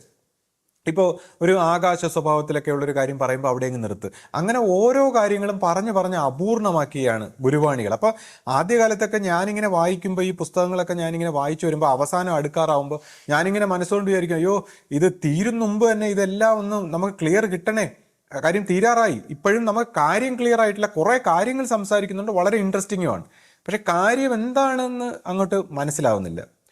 അങ്ങനെ ഓരോ സ്ഥലത്തും ഞാനിങ്ങനെ വായിച്ച് നോക്കുമ്പോൾ കുറേ കാര്യങ്ങൾ ജനറലായിട്ട് മനസ്സിലാകുന്നതെന്നല്ലാതെ ഇതെന്താണ്, എങ്ങനെയാണ്, അതിൻ്റെ ഒരു ക്ലിയർ കട്ടായിട്ട് അത് മനസ്സിലാകുന്നില്ല. അപ്പോഴാണ് ഞാൻ മനസ്സിലാക്കിയത് ഗുരു വളരെ സൂത്രശാലിയായിട്ട് കാര്യങ്ങളെ മറച്ചു വെച്ചേക്കുന്നു. ഒരു മേമ്പൊടിയായിട്ടൊക്കെ കാര്യങ്ങൾ ഇങ്ങനെ പറഞ്ഞിട്ട് കാര്യങ്ങളെ അങ്ങനെ വ്യക്തമായിട്ട് എല്ലാ കാര്യങ്ങളും പറഞ്ഞിട്ടില്ല. അതാണ് ഗുരുക്കന്മാരുടെ ഒരു സീക്രട്ട് എന്ന് പറയുന്നത്. എല്ലാ കാര്യങ്ങളും വ്യക്തമായിട്ട് പറയില്ല. അതുകൊണ്ടാണ് ഞാനിപ്പോൾ നമ്മുടെ ആശ്രമത്തിലൊക്കെ ശ്രദ്ധിച്ചപ്പോൾ പലരും അവർ മനസ്സിലാക്കിയ കുറേ കാര്യങ്ങളിൽ തൃപ്തരാണ്. ആ കാര്യങ്ങൾ ഇങ്ങനെ പറഞ്ഞുകൊണ്ടിരിക്കും, വീണ്ടും അത് തന്നെ നമ്മളിങ്ങനെ പറയും, അങ്ങനെയൊക്കെ അങ്ങ് പോകും. പക്ഷേ ഈ മനസ്സിലാക്കിയതിൽ തൃപ്തരാണ്. എന്താണ് ഈ ഗുരുമാർഗം, അല്ലെങ്കിൽ ഗുരുമാർഗത്തിന്റെ ആ ഒരു രീതി, അല്ലെങ്കിൽ പിന്നെ ഇപ്പം നമുക്ക് കുറേ കാര്യങ്ങളുണ്ട്. ഇപ്പം നമ്മൾ അന്നദാനം, ആതുര സേവനം, മറ്റ് ആത്മബോധനം എന്നൊക്കെ പറയുന്നെങ്കിലും പ്രാക്ടിക്കലായിട്ട് ഒരാളിപ്പോൾ ഞാനൊക്കെ ചോദിക്കുന്നത് ഞാൻ എന്ത് ചെയ്യണം, എങ്ങനെ എങ്ങനെ മുന്നോട്ടെന്നുള്ള രീതിയിലാണ് നമ്മൾ നോക്കുന്നത്. അപ്പം നമുക്ക് അതിനെക്കുറിച്ചൊരു ക്ലിയർ കട്ടായിട്ടുള്ളൊരു സംഭവമില്ല. അപ്പോൾ ഞാനിങ്ങനെ വിചാരിച്ചു ഇത് പിന്നെ ഞാനിങ്ങനെ പലരിടത്തും സംസാരിച്ചു. അപ്പോൾ അവർക്കും ഒക്കെ അവർ മനസ്സിലാക്കിയ കുറച്ച് കാര്യങ്ങൾ തൃപ്തരാണ്. അങ്ങനെ പിന്നെ ഞാൻ പല പുസ്തകങ്ങൾ വായിച്ചു, പുറത്തുള്ള കാര്യങ്ങൾ വായിച്ചു. അങ്ങനെ കുറേ കാലത്തുള്ള അശാന്ത പരിശ്രമത്താൽ ഞാൻ അവസാനം കണ്ടെത്തി. അതായത് വർഷങ്ങൾ നീണ്ടുള്ള ഒരു പരിശ്രമത്താൽ ഇതെന്താണ് ഗുരുമാർഗം എന്ന് ഞാൻ കണ്ടെത്തി. അപ്പോൾ അത് ഞാൻ കണ്ടെത്തി. ഇപ്പോൾ പറയുമ്പോൾ എല്ലാവർക്കും അത് ചിലപ്പോൾ പലരും പറയും ഇത് നമ്മൾ നേരത്തെ കണ്ടെത്തി, നമുക്കിത് അറിയാമായിരുന്നു എന്ന് പലർക്കും തോന്നും. പക്ഷേ അത് നിങ്ങൾ ചിലപ്പോൾ ഒരുപക്ഷെ അങ്ങനെ മനസ്സിലാക്കിയവർ ഇന്ന് പലരും റിബലായി മാറിയിട്ടുമുണ്ട്. അങ്ങനെ ഒറ്റയടിക്ക് അത് മനസ്സിലാക്കിയവർ, ആ കാര്യങ്ങൾ മനസ്സിലാക്കിയവരെ സംബന്ധിച്ച് അവർക്ക് ഇപ്പോൾ സംശയങ്ങൾ, ഒരുപാട് ഇഷ്യൂസ് ഉണ്ട്. ഞാൻ പക്ഷേ ഇത് ഒരുപാട് വേദനിച്ച് കഷ്ടപ്പെട്ട് നീറി ആണിത് മനസ്സിലാക്കിയത്. അപ്പോൾ ഞാൻ ഈ ഗുരുമാർഗം അവസാനം മനസ്സിലാക്കിയത്, ഗുരുമാർഗം എന്ന് വെച്ചാൽ ഗുരുവാണ് മാർഗം. ഗുരു മാത്രമാണ് മാർഗം, മറ്റൊന്നുമല്ല. ഗുരുവാണ് അതിൻ്റെ പാത്തും, എല്ലാം ഗുരുവാണ്. മാർഗവും വഴിയും എല്ലാം ഗുരുവാണ്. അതായത് പിന്നെ അതിലേക്ക് ചെറുതായിട്ടെങ്കിലും നമുക്കൊരു നിർദ്ദേശം തരാമെങ്കിൽ ഇത്രയേ ഉള്ളൂ: വാക്കാണ് സത്യം, സത്യമാണ് ഗുരു, ഗുരുവാണ് ദൈവം. അപ്പൊ ഇങ്ങനെ പോകാന്നേ ഉള്ളൂ. ഇതാണ് പാത്ത്. പക്ഷെ ഇത് അവസാനം ഞാൻ വളരെ കഷ്ടപ്പെട്ട് അവസാനം കണ്ടെത്തിയ ഒരു കാര്യമാണ്. അപ്പൊ ഇത് ഇപ്പൊ നമുക്ക് വളരെ നിസ്സാരമായിട്ട് തോന്നും, ഗുരുവാണ് മാർഗം. അപ്പൊ അതെന്താ സംഭവം? അതാണ് ഈ ഗുരു എന്ന് പറയുന്ന ഈ അവസ്ഥാ പൂർത്തീകരണത്തിലൂടെയൊക്കെ ഇങ്ങനെ ഗുരുവിനെ കൊണ്ടുവരുന്നതിന്റെ ഈ പ്രസക്തി അതാണ്. അല്ലെങ്കിൽ ഗുരു ഇല്ലെങ്കിൽ പോയി വെറും മഠം പോലെ ആയി പോകും. എന്തെങ്കിലും കുറേ കാര്യങ്ങൾ ഇങ്ങനെ നമുക്ക് പ്രാക്ടീസ് ചെയ്തുകൊണ്ടിരുന്ന കാര്യങ്ങൾ ഇങ്ങനെ പ്രാക്ടീസ് ചെയ്യുന്നുണ്ട്, അല്ലെ കുറേ അറിവുകൾ ഇങ്ങനെ പറഞ്ഞുകൊണ്ടിരുന്ന നമുക്ക് കൂർക്കം വലിച്ചുറങ്ങാം. ആ അറിവും കൊണ്ട് നമ്മൾ ഈ പറയുന്ന കാര്യങ്ങൾ നമുക്ക് കൂർക്കം വലിച്ചുറങ്ങുന്നതിൻ്റെ ഇടയിലും പറഞ്ഞുകൊണ്ടിരിക്കാം ഇതേ കാര്യങ്ങളൊക്കെ, അല്ലെങ്കിൽ പ്രാക്ടീസ് ചെയ്തുകൊണ്ടിരിക്കാം, അല്ലെങ്കിൽ എന്തെങ്കിലും ഉദ്ദേശം ചെയ്തുകൊണ്ടിരിക്കാം. ഇതൊന്നും അതല്ല ഗുരുമാർഗം. അപ്പോൾ ഇത് പൊതുവെ മനസ്സിലാക്കാൻ പാടാണിത്. കാര്യം പലരും വിചാരിക്കും അയ്യോ അങ്ങനെയല്ല, പലതും ചെയ്യാറുണ്ട്, അങ്ങനെയൊക്കെ നിർദ്ദേശങ്ങളുണ്ട്, അങ്ങനെയാണ് ഇങ്ങനെയാണ്. അങ്ങനെ അല്ല. അതിൻ്റെ കറക്റ്റ് അതിൻ്റെ ഒരു മിസ്റ്റിക്കൽ അതിൻ്റെ രഹസ്യം എന്താണെന്ന് വെച്ചാൽ, ഗുരു തന്നെ മാർഗമാകുന്നതിൻ്റെ രഹസ്യം എന്താണെന്ന് വെച്ചാൽ, ഇപ്പൊ എന്തൊക്കെ പ്രാക്ടീസ് ഇതിനെക്കുറിച്ച് പറയുന്നത് എങ്ങനെയാണ്? നിങ്ങൾ ഡാർക്ക്നെസ്സിലാണ്. ഞാൻ നേരത്തെ പറഞ്ഞു, അൺകോൺഷ്യസ് ആയിട്ടുള്ള ഒരു ബാരിയറും ഈ 7th സ്റ്റേജിലുള്ള ഇത്രയും വലിയൊരു ശൂന്യതയൊക്കെ ഇരിക്കുന്നുണ്ട്. സത്യമായ ലൈറ്റുമായിട്ട് കണക്ഷൻ ഇല്ല. അപ്പം അൺകോൺഷ്യസ് ആയിട്ടുള്ള ഇത്രയും വലിയൊരു ബാരിയർ ഇരിക്കുമ്പോൾ ഈ അൺകോൺഷ്യസിന്റെ ഇപ്പുറത്തിരിക്കുന്ന മനസ്സുകൊണ്ട് എന്തൊക്കെ ചെയ്താലും സത്യത്തിലേക്ക് കണക്ഷൻ വരുന്നില്ല. ജിദ്ദു കൃഷ്ണമൂർത്തി ചോദിക്കുന്നത് എങ്ങനെയാണ്? അതായത് നിങ്ങൾ ഡാർക്ക്നെസ്സിൽ ഇരുന്നുകൊണ്ട് ചെയ്യുന്ന പ്രവൃത്തി എങ്ങനെ ലൈറ്റിലേക്ക് നയിക്കും? ലൈറ്റ് ഇങ്ങോട്ട് വന്നാലല്ലേ പറ്റൂ. ഡാർക്ക്നെസ്സിന് ലൈറ്റിലേക്ക് പോകാൻ പറ്റൂ. ലൈറ്റ് വരുന്ന നിമിഷം ഡാർക്ക്നെസ് അപ്രത്യക്ഷമാവും. പക്ഷെ ഡാർക്ക്നെസ്സിന് ലൈറ്റിനെ സ്പർശിക്കാൻ പറ്റുമോ? അങ്ങോട്ട് പോയി. അപ്പോൾ നമ്മൾ ഡാർക്ക്നെസ്സിലാണ്. അപ്പോൾ നമ്മൾ ഇങ്ങനെ ഇരിക്കുന്ന ഈ അവസരത്തിൽ ചെയ്യുന്ന എല്ലാ പ്രവൃത്തികളും അതിലേക്ക് നമ്മളെ എത്തിക്കുന്നില്ല, ആ സത്യത്തിലേക്ക് എത്തിക്കുന്നില്ല. അപ്പോൾ ഗുരുവെന്ന് പറയുന്ന ലൈറ്റ്, അതാണ് ഗുരുവാണ് എല്ലാം. ഗുരു ഇങ്ങോട്ട് വന്നാലേ പറ്റൂ. അപ്പം നമ്മളെ കൊണ്ട് പിന്നെ ഈ ചെയ്യിക്കുന്നത് എന്തിനാണ്? ഒന്ന് നമ്മുടെ അഹന്തയുടെ പൂർത്തീകരണത്തിന്, അഹന്തയുടെ ഒരു തൃപ്തിക്ക് വേണ്ടി. പിന്നെ ജീവിതം ഇങ്ങനെയാണ്. ജീവിതം എന്തെങ്കിലുമൊക്കെ മനുഷ്യൻ ചെയ്യണ്ടേ? അതിന് കർമ്മങ്ങൾ ന്യൂട്രലൈസ് ആകണ്ടേ? അങ്ങോട്ടും ഇങ്ങോട്ടും ഒക്കെ മാറ്റിയും തിരിച്ചും സംസ്കാരങ്ങളൊക്കെ പൊളിഞ്ഞു പോകണ്ടേ? അതിന് പിന്നെ നമ്മുടെ അഹങ്കാരത്തിൻ്റെ തൃപ്തിക്ക്, പിന്നെ നമ്മൾ ജീവിതം കൊണ്ട് പഠിക്കാൻ. കാര്യം ഈ വെറും ഗുരു ഇങ്ങനെ റിയലൈസേഷൻ തന്ന് ആ ഒരു വ്യക്തിയെ ചുമ്മാ റിയലൈസ്ഡ് ആക്കിയാൽ പോരാ, ഗുരുവിന് ഗുരുക്കന്മാരെ സൃഷ്ടിക്കുകയും വേണം. അപ്പോൾ ഒരുപാട് കഷ്ടപ്പെട്ട് പ്രവർത്തിച്ച് പഠിച്ച് ഈ ഗുരുക്കന്മാരായി മാറണം. ഈ കഷ്ടതയിലൂടെ പ്രവർത്തിച്ച് അതിനൊക്കെ വേണ്ടിയാണ് ഈ പ്രവൃത്തി. അല്ലാതെ റിയലൈസേഷന് വേണ്ടി അല്ല. ഈ റിയലൈസേഷൻ ഗുരു തന്നെ തരണം, അല്ലേ? ആ ലൈറ്റാണ് റിയലൈസേഷൻ. അപ്പോൾ ഇത് മനുഷ്യന് പ്രവർത്തിച്ച് നേടാവുന്ന ഒരു കാര്യമല്ല. അപ്പം ഞാൻ പറഞ്ഞത്, ഞാൻ ഈ സത്യത്തിന്റെ വഴിയിലേക്ക്, അതിലേക്ക് എങ്ങനെ സഞ്ചരിക്കാം, എന്താണ് വഴി? ഇപ്പോൾ രമണ മഹർഷി പറയുന്ന ഒരു വഴി ഇങ്ങനെയുണ്ട്, വേദാന്തം പറയുന്ന വഴി അങ്ങനെയുണ്ട്, യോഗ സമ്പ്രദായം പറയുന്ന വഴി അങ്ങനെയുണ്ട്. അവരൊക്കെ ഇങ്ങനെ പറയുന്നു. പക്ഷെ അവിടെയും ഒരു സീക്രട്ട് ഒളിഞ്ഞിരിപ്പ് എന്ന് വെച്ചാൽ, എന്ത് പ്രാക്ടീസുകൾ മനുഷ്യൻ ചെയ്തുകൊണ്ടിരുന്നാലും ജന്മജന്മാന്തരങ്ങൾ അവസാനം ഒരു ഗുരു വരും ഇത് തരാനായിട്ട്. അതാണ് അതിൻ്റെ സീക്രട്ട്. അപ്പൊ എനിവേ ഞാനിങ്ങനെ, അപ്പൊ ഗുരുമാർഗം എന്താണ്? ഗുരുവാണ് മാർഗം. അപ്പം ഈ ഒരു പാത്തിൽ ഗുരു തരുന്ന ലൈറ്റിലൂടെ നമുക്കിത് മനസ്സിലാക്കാൻ പറ്റും. അപ്പം നമ്മളെ ഒരു ഗുരുവാക്കാൻ, നമ്മളെ വെറുതെ അങ്ങ് ലൈറ്റ് തന്ന് എല്ലാവരെയും റോബോട്ടാക്കി മാറ്റാനല്ല, മനുഷ്യനെ പ്രവർത്തിപ്പിച്ച് അനുഭവിപ്പിച്ച് ദുഃഖിച്ച് സുഖിച്ച് കഷ്ടപ്പെട്ട് ജീവിതം പഠിച്ച് ജീവിതത്തിൻ്റെ എല്ലാ നന്മയും അതിൻ്റെ കാര്യങ്ങളും അതിൻ്റെ കളറും അതിൻ്റെ എല്ലാ സംസ്കാരത്തിലൂടെ വളർന്ന് ഗുരു ഈ ലൈറ്റ് നമ്മളിലേക്ക് തെളിച്ചു തരുമ്പോൾ നമ്മളൊരു ഗുരുവായി മാറുന്നു. അല്ലെങ്കിൽ നമ്മൾ ആ ഗുരുവായിട്ട് മാറേണ്ട ആവശ്യമില്ലെങ്കിൽ നമ്മൾ ആ സത്യത്തിലേക്ക് ലയിക്കുന്നു, ആ പ്രകാശത്തിലേക്ക് പോകുന്നു. എന്താണോ ആ പരമ സത്യത്തിൻ്റെ പാത. അപ്പം ഇത് മനസ്സിലാക്കാൻ, ഈ ഗുരുവാണ് മാർഗമെന്ന് മനസ്സിലാക്കാനാണ് ഞാൻ എൻ്റെ വർഷങ്ങൾ എടുത്തത്. അപ്പോൾ അതിനുശേഷം നമ്മുടെ ഉപദേശം ഇത്രയേ ഉള്ളൂ: വാക്കാണ് സത്യം, സത്യമാണ് ഗുരു, ഗുരുവാണ് ദൈവം. അപ്പോൾ അങ്ങനെ ഒരു വാക്ക് പറയാൻ ഒരു ഗുരു വേണം, കർമ്മഗതി പൊട്ടിക്കാൻ. കാര്യം നമ്മൾ ഈ പറയുന്നതിനൊക്കെ എന്തെങ്കിലും ഇങ്ങനെ പ്രാക്ടീസ് ചെയ്തുകൊണ്ടിരുന്നാൽ അതൊരു നല്ല കർമ്മമായി മാറും. നമ്മൾ മനസ്സിലായി, ഇപ്പോൾ പലരും പറയുന്നു നമ്മൾ മനസ്സിലാക്കിയ ആ ഗുരുമാർഗം മതി, നമുക്കെല്ലാം മനസ്സിലായിട്ടുണ്ട്, ഗുരു എല്ലാം പറഞ്ഞു തന്നിട്ടുണ്ട്. അതിങ്ങനെ പ്രാക്ടീസ് ചെയ്തുകൊണ്ടിരുന്നാൽ അതൊരു കർമ്മമായി മാറും, അത് തന്നെ ഒരു മറയായിട്ട് മാറും ഗുരുവിലേക്ക് പോകാൻ. അപ്പം ഇത് പൊട്ടിക്കണം. ഈ ഓരോ കാര്യങ്ങളും അങ്ങോട്ടും ഇങ്ങോട്ടും ഒക്കെ മാറ്റി തിരിച്ചും പൊട്ടിക്കണം ഗുരുവിന്. അതാണ് ഗുരുവിൻ്റെ ഒരു പ്രസക്തി എന്ന് പറയുന്നത്. അപ്പോൾ ആ ലൈറ്റിൻ്റെ വർക്ക് അതാണ്. അതുകൊണ്ട് തന്നെയാണ് ഇതിപ്പോൾ എല്ലാവർക്കും, എല്ലാ സന്യാസിമാർക്കോ അല്ലെങ്കിൽ എല്ലാ വ്യക്തികൾക്കും ഇത് പറ്റുമെന്ന് വെച്ചാൽ അത് പറ്റില്ല. ഈ ലൈറ്റ് പൂർണ്ണമായിട്ടും വിളങ്ങിയ വ്യക്തികൾക്കേ ഇത് പറ്റും. ഈ കാര്യം ഗുരുവായിട്ട് നിന്നുകൊണ്ട് നമ്മളെ ഗൈഡ് ചെയ്യാൻ പറ്റും. അതാണ് സത്സംഗം. പിന്നെ ആ സത്സംഗം, അപ്പോൾ ഇങ്ങനെയുള്ള ഒരു സത്സംഗത്തിന് ഇന്നത്തെ സാഹചര്യത്തിൽ പറ്റുമോ, പോസിബിലിറ്റി ഉണ്ടോ? അവിടെയാണ് മറ്റൊരു സീക്രട്ട്. എന്താണ്? ഗുരു അനുവദിക്കുന്ന എല്ലാം സത്സംഗമാവും. അതാണ് പറയുന്നത്, ഗുരുവിനോട് ചോദിച്ചിട്ടേ ചെയ്യാം. ഇപ്പം സത്സംഗം നടത്തട്ടെ, കുറച്ച് അൺകോൺഷ്യസ് ആയിട്ടുള്ള വ്യക്തികൾ ഇരുന്ന് സത്സംഗം നടത്തിയാൽ സത്സംഗമാവില്ല. പക്ഷെ ഗുരുവിൻ്റെ അനുവാദം ഉണ്ടോ, അത് സത്സംഗമായി. ഇപ്പോൾ നമ്മുടെ പ്രവർത്തിക്കുന്ന ആൾക്കാരെല്ലാവരും കൂടെ പ്രവർത്തിച്ചാൽ അത് അവരുടെ പ്രവൃത്തിയായി. ഗുരുവിൻ്റെ അനുവാദം ഉണ്ടോ, അപ്പോൾ അത് ഗുരു വർക്ക് ചെയ്തോളും. പിന്നെ നമ്മുടെ ബുദ്ധി പ്രവർത്തിച്ചാലും മതി, പക്ഷെ ഗുരുവിനോട് അനുവാദം ചോദിക്കണം, അപ്പോഴേ അവിടെ ഗുരുവിൻ്റെ. അല്ലെങ്കിൽ ഇതെല്ലാം നമ്മുടെ വ്യക്തിഗതമായ പ്രവൃത്തിയാണ്. വ്യക്തിഗതമായ പ്രവൃത്തി അഹങ്കാരമാണ്. അഹങ്കാരത്തിൽ പ്രവർത്തിച്ചു കഴിഞ്ഞാൽ നമുക്ക് കർമ്മസഞ്ചയങ്ങളും സംസ്കാരങ്ങളും വാസനകളും ഉണ്ടായി ഇത് മറയണേന്ന്. ഗുരു പ്രവർത്തിക്കുമ്പോൾ ഇതെല്ലാം ക്ലിയർ ആവുകയാണ്. അപ്പോൾ ഇതാണ് ഗുരുമാർഗം. ഇനി തന്നെ ഇപ്പോൾ ഗുരുവിൻ്റെ അടുത്ത് പരിണമിക്കുന്ന ഒരു കാര്യം പറയുമ്പോഴത്തേക്ക് ഇതിനെക്കുറിച്ച് കുറച്ച് ഇതിൻ്റെ ഒരു ക്യാരക്ടറും അല്ലെങ്കിൽ ഇതിൻ്റെ രീതികളും അല്ലെങ്കിൽ നയങ്ങളും ആശ്രമ സ്വഭാവത്തിലൊക്കെ ജീവിക്കേണ്ട. ഇപ്പോൾ ഒരുപാട് പേർക്ക് ഇങ്ങനെയുള്ള പരാതികൾ, വിഷമങ്ങളൊക്കെ ഉണ്ടായതുകൊണ്ടാണ് ഞാൻ ഇതിനെക്കുറിച്ച് അവരുടെ ആ കറക്റ്റ് കാര്യങ്ങൾ എക്സ്പ്ലെയിൻ ചെയ്താലല്ലേ എന്താണ് അതിൻ്റെ പ്രശ്നമെന്ന് മനസ്സിലാവും. ഇപ്പോൾ ഒരു ചേച്ചി എന്നോട് പറഞ്ഞു, അവരുടെ മകൻ, നല്ലൊരു പയ്യൻ, ആ പയ്യൻ ഇപ്പോൾ ആശ്രമത്തിൽ വന്ന് കർമ്മം ചെയ്യുന്നതിനെക്കുറിച്ച് ശിഷ്യഭൂതയോട് സംസാരിച്ചപ്പോൾ, അപ്പോൾ ശിഷ്യഭൂതയോട് പറഞ്ഞു ഇന്ന സ്ഥലത്ത് കർമ്മം ചെയ്തോളൂ എന്ന് പറഞ്ഞപ്പോൾ ആ കുട്ടി പറഞ്ഞു അത്രേ, ഞാൻ അവിടെ ഇരിക്കും, പക്ഷേ മഞ്ഞയായാലും കൊള്ളാം വെള്ളയായാലും കൊള്ളാം, ആര് വന്നാലും തെറ്റിനെ ഞാൻ ചോദിച്ചിരിക്കും, ചൂണ്ടിക്കാണിച്ചിരിക്കും. അപ്പം സന്യാസിയായാലും ബ്രഹ്മചാരിയായാലും ആര് വന്നാലും തെറ്റ് ഞാൻ തിരുത്തും എന്ന് പറഞ്ഞു. അപ്പോൾ ഗുരു പറഞ്ഞു, അയ്യോ അപ്പോൾ പിന്നെ അവിടെ കർമ്മം ചെയ്യണ്ട. അപ്പോൾ കാര്യം നമുക്ക് അത്രയ്ക്ക് അങ്ങനത്തെ ആൾക്കാരെ അല്ല, ഈ ആശ്രമ സ്വഭാവത്തിൽ എങ്ങനെയുള്ള ആൾക്കാരെയാണ് വേണ്ടത്. കാര്യം നമുക്ക് അത്രയ്ക്ക് പൂർത്തീകരണം നമ്മൾ ശരി എല്ലാ രീതിയിലും ആയിട്ടുണ്ടെങ്കിൽ പിന്നെ നമ്മളിവിടെ അങ്ങനെ നിൽക്കേണ്ട കാര്യമില്ല. പിന്നെ നമ്മൾ ഈ തെറ്റായിട്ടുള്ളതും ശരിയായിട്ടുള്ളതുമായിട്ടുള്ള ഈ ലോകത്തിനെ നമ്മൾ സഹിച്ച് പഠിക്കണം. അതാണ് പിന്നെ നമ്മുടെ ആശ്രമം.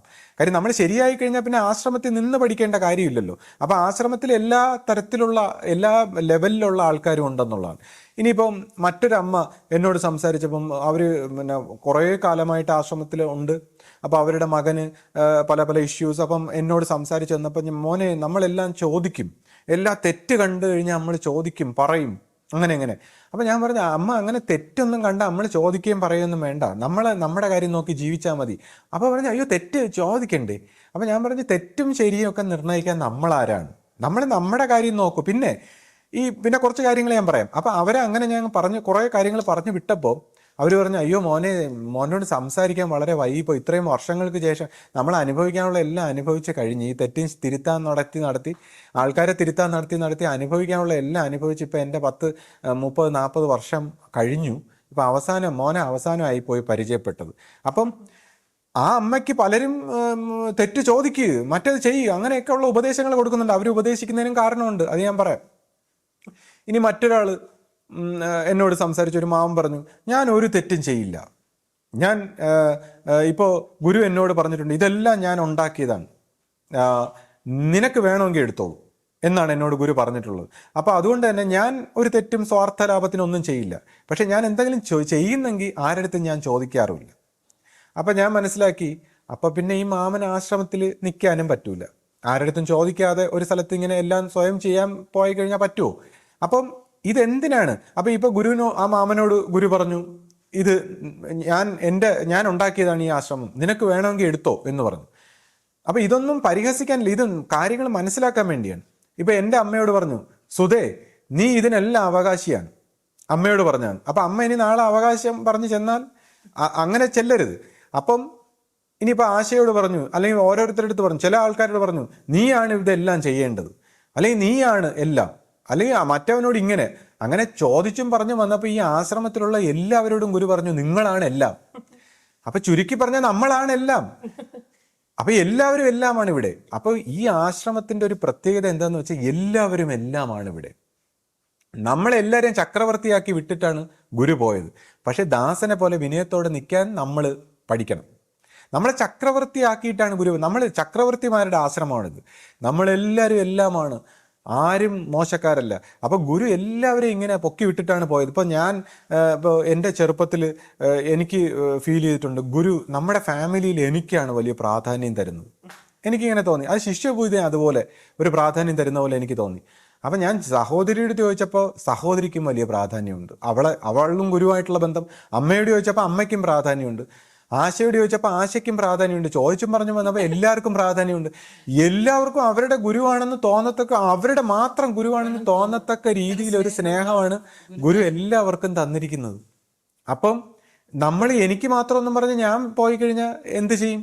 അപ്പം ഇങ്ങനത്തെ കുറേ തെറ്റുകൾ നമുക്ക് പരമ്പരയിലുള്ളവർക്ക് വന്നിട്ടുണ്ട്. അത് നമ്മൾ പരസ്പരം മനസ്സിലാക്കിയത് തിരുത്തണം. നമ്മളെല്ലാം നമുക്ക് മാത്രമാണ്, അല്ലെങ്കിൽ നമ്മളാണ്, ഇങ്ങനെയാണ്, നമുക്കെല്ലാം പേഴ്സണലി ഫീൽ ചെയ്ത് അത്രയ്ക്ക് സ്നേഹമാണ് ഗുരു തന്നിരിക്കുന്നത്. അത് വെച്ചുകൊണ്ട് നമ്മളിങ്ങനെ ഈ ഭരണ രംഗത്തും അല്ലെങ്കിൽ ആശ്രമത്തിലെ പ്രവർത്തന രംഗത്തും നമ്മൾ ആ ഒരു ഹൈറാർക്കി മാനിക്കുന്നില്ല എന്നുള്ളതാണ്. അപ്പം അതിൻ്റെതായ ഒരു മിസ്റ്റേക്ക് ഉണ്ട്. അപ്പം നമ്മൾ ചക്രവർത്തിമാർ തന്നെയാണ്, എല്ലാവരും ഭരിക്കുന്ന അങ്ങേ അറ്റത്തുള്ളവനും നമ്മൾ ഇങ്ങേ അറ്റത്ത് നിൽക്കുന്നവനും ചക്രവർത്തിയാണ്. ഗുരുവിനെ സംബന്ധിച്ച് നമ്മളെല്ലാം ചക്രവർത്തിയാണ്. പക്ഷെ നമ്മൾ ആ ജോലി കറക്റ്റ് അങ്ങ് ചെയ്താൽ മതി. അതായത് നമ്മുടെ ഈ ജീവിതമാകുന്ന ഇപ്പം സിനിമയിലുള്ള റോൾ, ഇപ്പം മമ്മൂട്ടിക്കൊരു റോള്, മറ്റേ മാമുക്കോയ്ക്കൊരു റോൾ, അവരുടെ റോൾ അവർ ചെയ്യുന്നല്ലോ ഭംഗിയായിട്ട്. അതുപോലെ നമ്മൾ നമ്മുടെ റോൾ അങ്ങ് ഭംഗിയായിട്ട് ചെയ്താൽ മതി.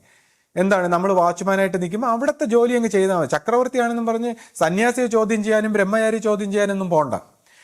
ബ്രഹ്മചാരി സന്യാസി അവരുടെ റോൾ അങ്ങ് ചെയ്താൽ മതി. ബാക്കിയുള്ളവർ അങ്ങനെ ഓരോ സ്ഥാനത്ത് മാനേജറായിട്ടിരിക്കുന്നവർ അവൻ്റെ ജോലി. അപ്പോൾ താഴെ ഉള്ളവൻ വന്ന് ഇത് ആശ്രമമാണ്, ഇവിടെ ഞാൻ ചക്രവർത്തിയാണ്, മാനേജർ നീ ആരുടാന്ന് ചോദിക്കരുത്. ഓരോരുത്തരും അവരവരുടെ റോള് ചെയ്യുക. അതാണ് നമ്മൾ പഠിക്കേണ്ടത്. അപ്പോൾ അവിടുത്തെ ആ ഗേറ്റിൽ നിൽക്കുന്ന ഒരാൾ പറഞ്ഞ് അനുസരിക്കുക, ലൈൻ നിൽക്കുക. അങ്ങനെ ഓരോ സ്ഥലത്തും ഗുരു പറഞ്ഞു ഇങ്ങനെ അനുസരിക്കുക. ഇപ്പൊ ഗുരു പറഞ്ഞ എന്താണ്? നമ്മളെല്ലാവരും ചക്രവർത്തിയാണ്, എന്നിട്ട് ദാസനെ പോലെ വിനയമുള്ളവരാവുക. അങ്ങനെ കുമ്പിടുക. ആദ്യം ഗുരുവിൻ്റെ മുമ്പ് കുമ്പിടുന്ന തന്നെ എന്തിനാണ്? അങ്ങനെ ഗുരുവിൻ്റെ മുമ്പ് കുമ്പിടുന്നു, സന്യാസിമാരെ കുമ്പിടുന്നു, അങ്ങനെ ഓരോ വ്യക്തികളെയും കുമ്പിടുന്നു, ആശ്രമത്തിലെ എല്ലാ ചക്രവർത്തിമാരെയും കുമ്പിട്ട് നമ്മൾ അവിടുത്തെ സസ്യങ്ങളെയും എല്ലാത്തിനെയും കുമ്പിട്ട് ഈ പ്രപഞ്ചത്തെയും ഈ ലോകത്തെയും എല്ലാത്തിനെയും കുമ്പിടുന്ന ആ സ്റ്റേറ്റാണ് ഗോഡ് റിയലൈസേഷൻ. അങ്ങനെ എല്ലാത്തിനെയും കുമ്പിട്ട് നമസ്കരിക്കുന്ന അവസാനം തന്നെയും സകലതിനെയും കുമ്പിടണം. അത് പഠിക്കാനാണ് നമ്മൾ ഈ ആശ്രമത്തിലൊക്കെ വന്നേക്കുന്നത്. അല്ലാതെ നമ്മൾ എന്തോ ആണെന്ന് തെളിയിക്കാനോ അല്ലെങ്കിൽ എന്തെങ്കിലും ആകാനല്ല. നമ്മൾ എല്ലാത്തിനെയും കുമ്പിടുന്ന, വിനയപ്പെടുന്ന, സ്നേഹിക്കുന്ന, ആ ബഹുമാനിക്കുന്ന, ആദരിക്കുന്ന ആ ക്വാളിറ്റിയിലേക്ക് വളരാനാണ്. അപ്പോൾ ഇങ്ങനെ ഇപ്പോൾ ഓരോരുത്തരും ഈ തെറ്റ് ചൂണ്ടിക്കാണും. അപ്പോൾ ഈ ആശ്രമ സ്വഭാവത്തിൽ വരുമ്പോൾ ഈ ഭയങ്കര ഈ ധാർമ്മികരായ വ്യക്തികളാണ് ഈ ഒരുപാട് പ്രശ്നം. അതായത് ഈ ധാർമ്മികരായിട്ടുള്ള ഈ റിബല്യസ് ആയിട്ടും ഒക്കെ ഉള്ളവരെന്ന് വെച്ചാൽ ഓരോരുത്തരെയും തെറ്റിങ്ങനെ ചൂണ്ടിക്കാണിക്കുക.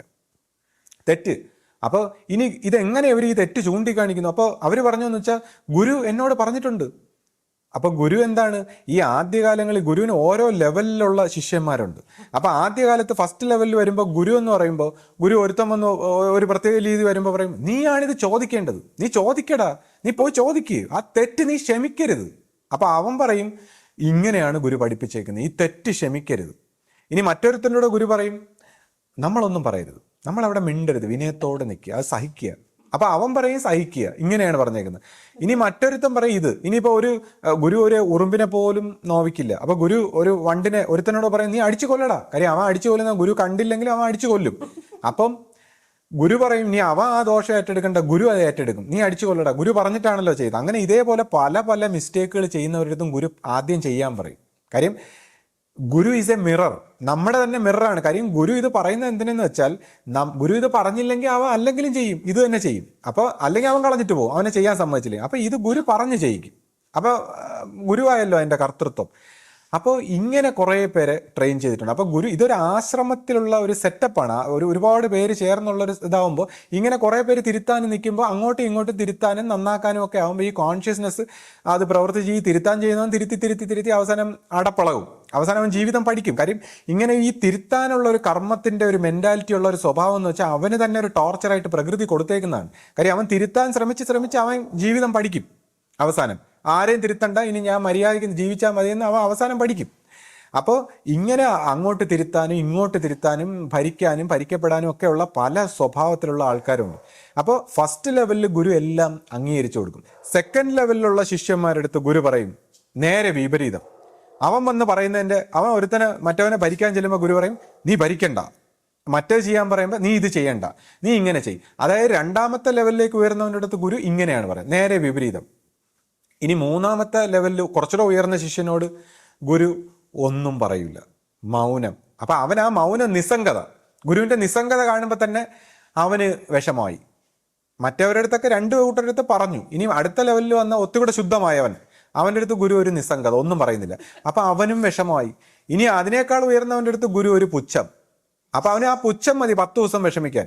അപ്പം ഇങ്ങനെ ആ വിഷമിച്ച് അവൻ്റെ കർമ്മദോഷം പോവേണ്. അപ്പം ഇങ്ങനെ ഇനി അടുത്ത ലെവലിലുള്ളവൻ്റെ കാര്യം ഞാൻ പറയുന്നില്ല. ഇനി ഗുരുക്കന്മാർക്ക് പല രീതികളുണ്ട് പ്രവർത്തിക്കുക. അപ്പോൾ ഇത്രയും രീതികളിൽ ഗുരു ഇങ്ങനെ പ്രവർത്തിക്കുന്നത്. അപ്പോൾ ഇതെല്ലാം കണ്ടുപഠിച്ചിട്ട് ഓരോരുത്തരും തന്നോട് ഇതാണ് പറഞ്ഞതെന്നും പറഞ്ഞ് ഇങ്ങനെ ഗുരു പഠിപ്പിച്ചത് ഇങ്ങനെയാണെന്നാണ് പറയുന്നത്. പക്ഷെ ഗുരു ഇതൊന്നും അല്ല പഠിപ്പിച്ചത്. ഗുരു ഈസ് എ മിറർ. നമ്മളെ ഓരോരുത്തരടുത്തും ഗുരു നമുക്ക് യോജിച്ച നമുക്ക് ഉചിതമായ നമ്മുടെ രീതിയിൽ പറഞ്ഞു. ഇനി സംസാരിച്ചപ്പോൾ ഗുരു എല്ലാം പറഞ്ഞു വെച്ചോ, പലയിടത്തും നിർത്തി. ഇനി ഗുരുവിന് ഞാൻ നേരത്തെ പറഞ്ഞു ഈ സൂക്ഷ്മ പൈശാചിക സ്വഭാവത്തിലുള്ളവർ ഈ പ്ലാനുകളൊന്നും മനസ്സിലാക്കാതിരിക്കാനായിട്ട് ചില പ്രിവെൻഷൻ ചെയ്യണം എന്ന് ഞാൻ പറഞ്ഞു. അതിനെക്കുറിച്ച് ഇപ്പോൾ പറയുമ്പോൾ ഇങ്ങനെ ഒരു മിസ്റ്റേക്കും ഇങ്ങനെ ഒരു റിബല്യസ് ആയിട്ടുള്ളൊരു പ്രോഗ്രാമും ഒക്കെ ഇരിക്കുമ്പോൾ ഈ പ്രോഗ്രാമിനെ സമയാസമയങ്ങളിലേ ബ്രേക്ക് ചെയ്യാവൂ. അല്ലാതെ ഇപ്പോൾ ആദ്യമേ പറഞ്ഞു കഴിഞ്ഞാൽ അത് പ്ലാൻ ചെയ്തിട്ട് ഇപ്പോൾ എന്ത് കാര്യവും ആദ്യമേ പറഞ്ഞാൽ മനുഷ്യൻ്റെ മനസ്സിലൂടെ ഇതൊരു പ്ലാനിങ് ആയിട്ട് ഒരു പ്രോഗ്രാമായി മാറും, അത് തടസ്സപ്പെടും. അതുകൊണ്ടാണ് സമയാസമയങ്ങളിൽ ബ്രേക്ക് ചെയ്യേണ്ട സമയങ്ങളിൽ മാത്രമേ ഈ സൈലൻസ് ബ്രേക്ക് ചെയ്തുകൊണ്ട് സംസാരിക്കാവൂ. ഈ മാനസിക ലോകത്ത് സത്യത്തിന്റെ ലോകത്തിരിക്കുന്ന ദൈവത്തിന്റെ പ്രകാശത്തിൽ നിന്ന് വരുന്ന ഇന്റലിജൻസിനെ ഈ മാനസിക ലോകത്ത് സമയാസമയങ്ങളിൽ ഉചിതമായ സമയത്തെ പറയാവൂ. അപ്പൊ അതുകൊണ്ടാണ് ഇങ്ങനെ മാറ്റി തിരിച്ചുമൊക്കെ പലതും പറഞ്ഞിട്ടുള്ളത്. അപ്പൊ ഗുരു ഇങ്ങനെ മാറ്റി പറഞ്ഞിട്ടുണ്ടെന്ന് പറയുമ്പോൾ തന്നെ ചില നമ്മുടെ പ്രധാനപ്പെട്ട ആൾക്കാരൊക്കെ പുരികം ചുളിക്കും.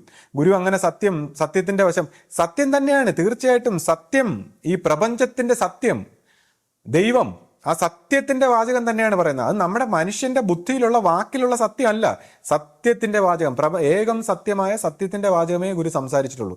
പിന്നെ ഗുരു ഇപ്പോൾ അഭിനയിച്ചതും ഗുരു പലതും പ്രവർത്തിച്ചതും ഒക്കെ പഴയ കാലത്തുള്ളവർക്ക് നേരിട്ടുള്ളവർക്ക് അനുഭവമാണ്. അപ്പോൾ അങ്ങനത്തെ അനുഭവങ്ങളിലൂടെ കടത്തിക്കൊണ്ടുവന്ന് കണ്ണ് തെളിയിച്ച് കർമ്മഗതി പൊട്ടിച്ച് മോചിപ്പിച്ച് ഓരോരുത്തരെയും അവരവരുടെ ശാന്തിയിലേക്ക് നയിക്കുന്ന ഒരു വഴി.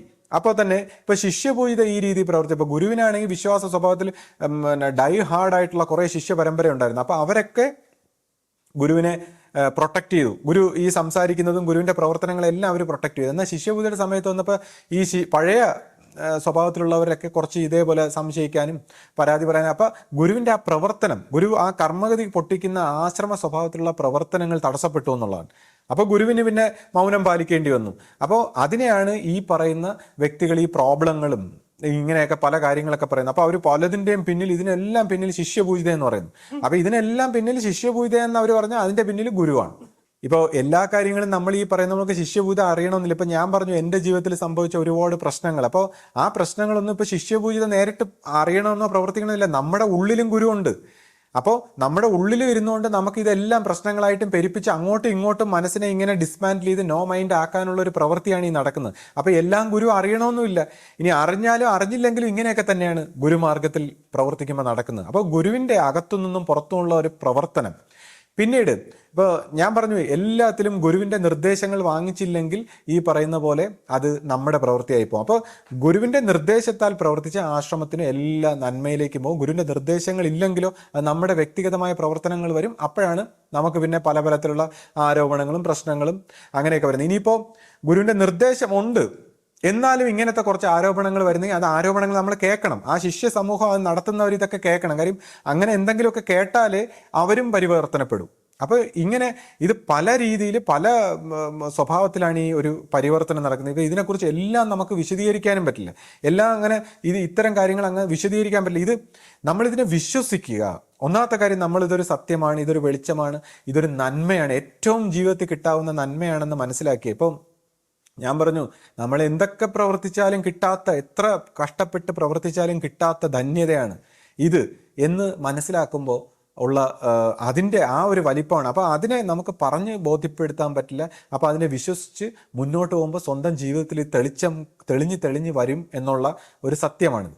ഇപ്പം ഈ അധികാര സ്വഭാവത്തിലൊക്കെ പെട്ടവരെ കുറിച്ച് ആശ്രമത്തിൽ ഗുരുവിൻ്റെ ദേഹവിയോഗത്തിന് മുമ്പുള്ള കാലഘട്ടത്തിലായാലും ഈ പലരും പല രീതിയിലുള്ള പരാതികളും ഒക്കെ ഉന്നയിച്ച് കണ്ടിട്ടുണ്ട്. അപ്പോൾ എന്തുകൊണ്ടാണ് ഈ അധികാര സ്വഭാവത്തിലുള്ളവരുടെ ഒരു പ്രത്യേകത? ഇപ്പം ലോക നേതാക്കന്മാരെയൊക്കെ എടുത്ത് നോക്കിയാലും ഭരണ നേതൃത്വങ്ങളിലെല്ലാം ഇപ്പോൾ യോഗഭ്രഷ്ടന്മാരാണ് അധികാര രംഗം കൈയാളുന്നതെന്ന് നമ്മൾ കേട്ടിട്ടുണ്ട്. ഇപ്പോൾ യോഗഭ്രഷ്ടൻ എന്ന് കേൾക്കുമ്പോൾ നമ്മളെന്തോ മോശമെന്ന് വരിക്കും. പക്ഷേ സൂക്ഷ്മതലത്തിൽ ഇതൊരു മോശമാണെങ്കിലും മനുഷ്യരൂപത്തിൽ ഇവർ ലോക നേതാക്കന്മാരും രാജാക്കന്മാരും ആയിട്ടാണ് കാണപ്പെടുന്നത്. അപ്പോൾ യോഗഭ്രഷ്ടൻ എന്ന് പറയുമ്പോൾ ഒരു പ്രോപ്പറായിട്ടുള്ള ഗുരു ഇല്ലാതെ വരുമ്പോൾ അഹന്ത സ്വരൂപം പൂർണ്ണമായിട്ട് മോചിക്കാതെ അദ്ദേഹത്തിൻ്റെ ആത്മീയ പ്രവർത്തനങ്ങൾ പൂർണ്ണമാകാതെ വരുമ്പോഴാണ് ഈ യോഗഭ്രഷ്ടൻ. അപ്പോൾ അവർക്ക് ഇത് പൂർത്തീകരിക്കാൻ ദൈവമായിട്ട് കൊടുക്കുന്ന ഒരു വഴിയാണ് ഈ ഭരണം. അപ്പോൾ ഒരു പക്ഷേ ഇപ്പോൾ ആ ഭരിക്കുന്നവർ കറക്റ്റായിട്ട് ഗുരുനിർദ്ദേശപ്രകാരം അല്ലെങ്കിൽ ഈശ്വരൻ്റെ ആ ഒരു ശരിയായ പാത്തിലേക്ക് വന്നു കഴിഞ്ഞാൽ അവരെ കർമ്മം പൂർത്തിയാകുന്നതാണ്. ഇപ്പോൾ കംസന്റെ കാലഘട്ടത്തിൽ ഗുരു ഇങ്ങനെ പറഞ്ഞിട്ടുണ്ട്, കംസന് ദൈവത്തിൻ്റെ അശരീരി കേട്ടിട്ടും അദ്ദേഹം അതിനെ അവഗണിച്ചിട്ട് മറ്റൊരു രീതിയിൽ പ്രവർത്തിച്ചപ്പോൾ അദ്ദേഹത്തിന് വന്ന നാശം. അപ്പോൾ ഒരു യോഗഭ്രഷ്ട സ്വഭാവത്തിലുള്ള ഒരു വ്യക്തിയാണ്. അതുപോലെ തന്നെ ഇപ്പോൾ ഹിറ്റ്ലറിൻ്റെ ഒരു കാലഘട്ടത്തിൽ അദ്ദേഹത്തിന് ചില സ്പിരിച്വൽ ഗുരുക്കന്മാരുടെ നിർദ്ദേശങ്ങളൊക്കെ അവഗണിച്ചുകൊണ്ട് അദ്ദേഹം സ്വയം പ്രവർത്തിച്ച് നശിച്ചു. അങ്ങനെ ഇപ്പോൾ ലോക നേതാക്കന്മാരൊക്കെ പല രീതിയിൽ അങ്ങനെ സ്വയം പ്രവർത്തിക്കുന്നതായിട്ടും ചില രാഷ്ട്രീയ കുടുംബത്തിൽ അല്ലെങ്കിൽ ചില രാഷ്ട്രീയ പ്രവർത്തനങ്ങൾ കൊണ്ട് നശിക്കുന്നതായിട്ടും എന്നാൽ ചില രീതിയിലുള്ള ചില ഭരണങ്ങൾ കൊണ്ട് നന്നാകുന്നതായിട്ടും. അപ്പോൾ ഇങ്ങനെയുള്ള ഒരു സ്വഭാവത്തിൽ ഈ യോഗഭ്രഷ്ടൻ, അപ്പോൾ യോഗഭ്രഷ്ടൻ മോശമായ വ്യക്തിയല്ല. ഇപ്പോൾ ആധ്യാത്മിക തലത്തിൽ ഗുരുക്കന്മാരുൾപ്പെടെ പല സ്റ്റേറ്റിലുള്ള എല്ലാവരും തടസ്സങ്ങൾ തന്നെയാണ്. ആധ്യാത്മിക രംഗത്ത് മുന്നേറുമ്പോൾ എല്ലാം തടസ്സമാണ്. അപ്പോൾ യോഗഭ്രഷ്ടനും ഒരു സ്റ്റേജിൽ ചിലപ്പോൾ സൂക്ഷ്മത്തിൽ തടസ്സമാണെങ്കിൽ പോലും സ്ഥൂലത്തിൽ അവർ ഭരണ രംഗത്തുള്ളവരായിട്ടാണ് അല്ലെങ്കിൽ നേതൃത്വ പാഠം അവരുടെ പിറകെയാണ് ജനങ്ങളിങ്ങനെ പരക്കം പായുന്നത്. ഇപ്പോൾ ചില രാഷ്ട്രീയ നേതാക്കന്മാരുടെയൊക്കെ പിറകെ ജനങ്ങളിങ്ങനെ മിന്നുന്ന തിളങ്ങുന്ന വ്യക്തിത്വങ്ങളുടെ പിറകെയാണ് അവരെല്ലാവരും പോകുന്നത്. ഗുരുക്കന്മാരെക്കാൾ കൂടുതൽ ഇങ്ങനെയാണ് പോകുന്നത്. അപ്പോൾ ഗുരുക്കന്മാരും ഈ യോഗഭ്രഷ്ട സ്വഭാവത്തിലുള്ളവരെയൊക്കെ ഉപയോഗിക്കാറുണ്ട്. ഇപ്പോൾ നമ്മുടെ ഗുരുവിൻ്റെ കാലഘട്ടത്തിൽ തന്നെ മുൻപുള്ള ആ ജനറൽ സെക്രട്ടറി എന്നൊക്കെ പറയുമ്പോൾ അദ്ദേഹം ഒരു യോഗഭ്രഷ്ട സ്വഭാവത്തിലുള്ള ഒരു വ്യക്തിയാണ്. ഇപ്പോൾ ഗുരുവിനെ തന്നെ അദ്ദേഹം അപായപ്പെടുത്താൻ ഉള്ള സാഹചര്യം വരെ ഉണ്ടായിരുന്നു. അന്ന് ഗുരു പലപ്പോഴും സംസാരിച്ചിട്ടുണ്ട്, അദ്ദേഹത്തിന് ഗുരുവിൻ്റെ കൂടെ ഒറ്റയ്ക്കിരുത്തരുത് എന്നൊക്കെ സംസാരിച്ചിട്ടുണ്ട്. അപ്പോൾ മുൻ ജന്മത്തിൽ അദ്ദേഹത്തിന് ഇങ്ങനെ ഒരു മിസ്റ്റേക്ക് വന്നിട്ടുണ്ട്. അപ്പോൾ ഗുരു അവരെ തിരുത്തിക്കൊണ്ടുപോകാൻ, അവരുടെ ആ കർമ്മത്തിനെ തിരുത്തി പൂർത്തീകരിക്കാനുള്ള ഒരു അവസരം കൊടുക്കുകയാണ്. ഗുരു അത്രയ്ക്ക് കരുണാമയനാണ്. ഏത് രീതിയിലുള്ള വ്യക്തിയെയും ഗുരു ഇവിടെ നിർത്തി തിരുത്തും. അപ്പോൾ ഈ വ്യക്തിയെ സംബന്ധിച്ച് ഒരു പക്ഷേ ഗുരുവിൻ്റെ വാക്കനുസരിച്ച് പ്രവർത്തിച്ചിരുന്നെങ്കിൽ അത് ലോകത്തിനെ തന്നെ തിരുത്തുന്ന ഒരു കാര്യമായേനെ. അപ്പോൾ ആ വ്യക്തിയെ സംബന്ധിച്ച് അന്ന് ഗുരുവാക്കനുസരിക്കാതെ പ്രവർത്തിക്കുകയും ഗുരുവിനെ അങ്ങോട്ട് ഭരിക്കാനൊക്കെ തുടങ്ങിയപ്പോഴാണ് പിന്നെ എല്ലാവരും കൂടെ അദ്ദേഹത്തെ പറഞ്ഞു വിട്ടത് അന്ന് അക്കാലത്ത്. അപ്പോൾ ഇങ്ങനെയുള്ള ഈ ഗുരുക്കന്മാരെ അനുസരിച്ചാൽ ഒരു ശിഷ്യൻ ഇതേപോലെ ഭരണരംഗത്ത് വരുന്ന ഒരാൾ പ്രോപ്പറായിട്ട് ഗുരുവിനെ അനുസരിച്ച് അയാളുടെ ജീവനും മുക്തിപ്പെട്ടു, അത് ലോകത്തിന് പുതിയൊരു സംസ്കാരമായി. അപ്പോൾ അതുകൊണ്ടാണ് ഗുരുക്കന്മാർ ഇതുപോലുള്ള ഭരണരംഗത്ത് പ്രത്യേകമായ ഒരു ക്വാളിറ്റിയുള്ള ആൾക്കാരെ തന്നെ സെലക്ട് ചെയ്യുന്നത്. അപ്പോൾ ചിലർ എൻ്റെ അടുത്ത് ചോദിക്കാറുണ്ട്, ഇന്ന സന്യാസി നല്ല സന്യാസിയിൽ നല്ലതായിട്ട് സംസാരിക്കുന്നുണ്ട്, വളരെ അറിവുണ്ട്, അങ്ങനെയുണ്ട്, അല്ലെങ്കിൽ ഇന്ന ആൾ, അപ്പോൾ ഇവരെയൊക്കെ എന്താ എടുക്കാത്തത്? അപ്പോൾ ഗുരുവിന് ഇങ്ങനെ ആൾക്കാരെ സെലക്ട് ചെയ്യുന്നതിന് പ്രത്യേക രീതിയുണ്ട്. അപ്പോൾ ഗുരുവിനൊരു ഉദ്ദേശമുണ്ട്. അത് ഒരാളെ സെലക്ട് ചെയ്ത് ഇങ്ങനെ പ്രവർത്തിക്കുമ്പോൾ ലോകത്തെ ശുദ്ധി ചെയ്യുന്ന ആ വ്യക്തിക്കായാലും അത് ഇങ്ങനെ ഗുരുവിൻ്റെ വാക്കനുസരിച്ച് പ്രവർത്തിച്ചാൽ ആ വ്യക്തി മുക്തി, ആ ജീവന്റെ മോചനം മുക്തിയിലേക്കാണ്. അതേസമയം അത് തെറ്റിച്ചാലോ ആ ജീവന്റെ അധപ്പതനം. അപ്പോൾ ഇത് ഗുരുക്കന്മാർ ഓരോരുത്തരെ സെലക്ട് ചെയ്ത് പ്രവർത്തിക്കുന്നതിന് ഓരോ കാരണമുണ്ട്. അതിനെക്കുറിച്ച് നമ്മൾ ആ മനുഷ്യബുദ്ധിയിലല്ല ചിന്തിക്കേണ്ടത്. ഇനിയിപ്പോൾ ഈ പ്രത്യേക നന്മ എന്ന് പറയുന്ന വ്യക്തി അത്രയും നന്മ, ഇപ്പോൾ ശ്രീനിവാസന്റെ ഒരു സിനിമയുണ്ടല്ലോ, ഇപ്പം വടക്ക് നോക്കി യന്ത്രം എന്ന് പറയുന്ന ആ സിനിമയിൽ ഇപ്പോൾ അദ്ദേഹത്തിന്റെ വീട്ടിൽ തന്നെ ഒളിഞ്ഞു നോക്കാനായിട്ട് ഒരു ഹോട്ടലിൽ മുറിയെടുത്ത് താമസിക്കുമ്പോൾ ഇപ്പോൾ വടക്ക് വശത്തുള്ളൊരു മുറി, ആ റിസപ്ഷനിസ്റ്റിനോട് ഇതെന്ന് ചോദിക്കുമ്പോൾ അദ്ദേഹം പറയും എന്താ കാരണം ആ മുറി ആവശ്യം എന്താണെന്ന് ചോദിക്കുമ്പോൾ അവിടെ നല്ല കാറ്റുണ്ടെന്ന് ശ്രീനിവാസൻ പറയും. അപ്പോൾ അദ്ദേഹം പറയും എന്നാൽ പിന്നെ തെക്ക് വശത്തുള്ള മുറി എടുത്തുകൂടെ, അവിടെ അതെന്താ അവിടെ നല്ല കാറ്റാണ്. അപ്പോൾ പറയും ശ്രീനിവാസൻ പറയും അത്രയും കാറ്റിൻ്റെ ആവശ്യമില്ല എന്ന് പറയുന്ന പോലെ ഈ ഇത്രയും നന്മയുള്ള ആൾക്കാർ വേണ്ട ഗുരുവിനെന്ന് പറഞ്ഞാൽ. കാര്യം അവരുടെ ആ മനസ്സിന്റെ നന്മ അല്ല ഗുരുവിന് വേണ്ടത്. ഗുരുവിന് ചില കർമ്മങ്ങൾ പ്രവർത്തിച്ച് പൂർത്തിയാക്കണം. ഈ ഞാൻ പറഞ്ഞു ആദ്യമേ ഞാൻ പറഞ്ഞു ഈ ഒരുപാട് നന്മയുള്ള ആൾക്കാർ, ഈ നന്മയും ഭയങ്കര സത്യവും ഉള്ള ആൾക്കാർ തെറ്റ് ചൂണ്ടിക്കാണിക്കുന്ന അങ്ങനത്തെ ആൾക്കാരല്ല വേണ്ട. അങ്ങനെയൊക്കെ ചെയ്തു കഴിഞ്ഞാൽ പിന്നെ ആൾക്കാരെല്ലാം ഓടിപ്പൊക്കളയും ആശ്രമത്തിൽ. അപ്പൊ ഗുരുവിന് ചില പ്രത്യേക രീതിയിലുള്ള ആൾക്കാരാണ് വേണ്ടത്. ഈ നന്മ കൂടിപ്പോയാലും കുഴപ്പമാണ്, അവൻ അഹന്തയാണ്, അവൻ പിന്നെ ഒന്നും അനുസരിക്കില്ല, അവന്റെ രീതിയിലായിരിക്കും അവൻ പ്രവർത്തിക്കുന്നത്. അപ്പം നന്മ കൂടിയവനെ ഗുരു എങ്ങനെയാണ് അവനെ ഒതുക്കി നിർത്തി അവനെ സഹിക്കണം. കാര്യം അവന് നന്മ കൂടിപ്പോയല്ലോ, അല്ലെങ്കിൽ അവന് നയപരമായിട്ട് ആൾക്കാരുടെ ഇടപഴകുന്നതല്ല, നന്മ കൂടിപ്പോയി. അപ്പം നന്മ കൂടിയവൻ എന്താണ്, നീ ഒന്നും അല്ലാതാകുക, ജീവിതത്തെ എല്ലാവരെയും തെറ്റിനെയും ശരിയൊക്കെ കണ്ട് സഹിക്കുക. അപ്പം അതാണ് അവൻ്റെ പരിവർത്തനം. അപ്പം ഇവിടെ വന്നിട്ട് ഈ നന്മ കാണിക്കുക. അപ്പം നമ്മുടെ ഈ നന്മ കാണിക്കുന്ന എന്താണ്, ഈ മറ്റുള്ളവരെ തെറ്റിന്, ഞാൻ മറ്റേ അമ്മയോട് പറഞ്ഞ പോലെ മറ്റുള്ളവരെ ഈ തെറ്റിനെ ചൂണ്ടിക്കാണിക്കുന്ന എന്തിനാണ്? നമുക്ക് അവരോട് സ്നേഹം ഉണ്ടായിട്ടാണോ? നമ്മൾ തെറ്റിനെ കണ്ടുപിടിക്കാനാണ് നമ്മൾ ഇരിക്കുന്നത്. നമുക്ക് ഈ തെറ്റുകൾ ഇങ്ങനെ ചൂണ്ടിക്കാണിക്കുമ്പോൾ നമുക്ക് ഒരു അൺകോൺഷ്യസ്ലി നമ്മൾ അറിയുന്നില്ല, നമുക്കൊരു രസമാണ്. അപ്പം ഗുരു പറഞ്ഞ എന്താണ്, ഈ തെറ്റ് കാണുമ്പോൾ അവർക്ക് വേണ്ടി പ്രാർത്ഥിക്കൂ. അങ്ങനെ ആ തെറ്റിൽ നിന്ന് ആരെങ്കിലും ഈ തെറ്റിൽ നിന്ന് നന്നാവുന്ന നമുക്കിഷ്ടമാണ്.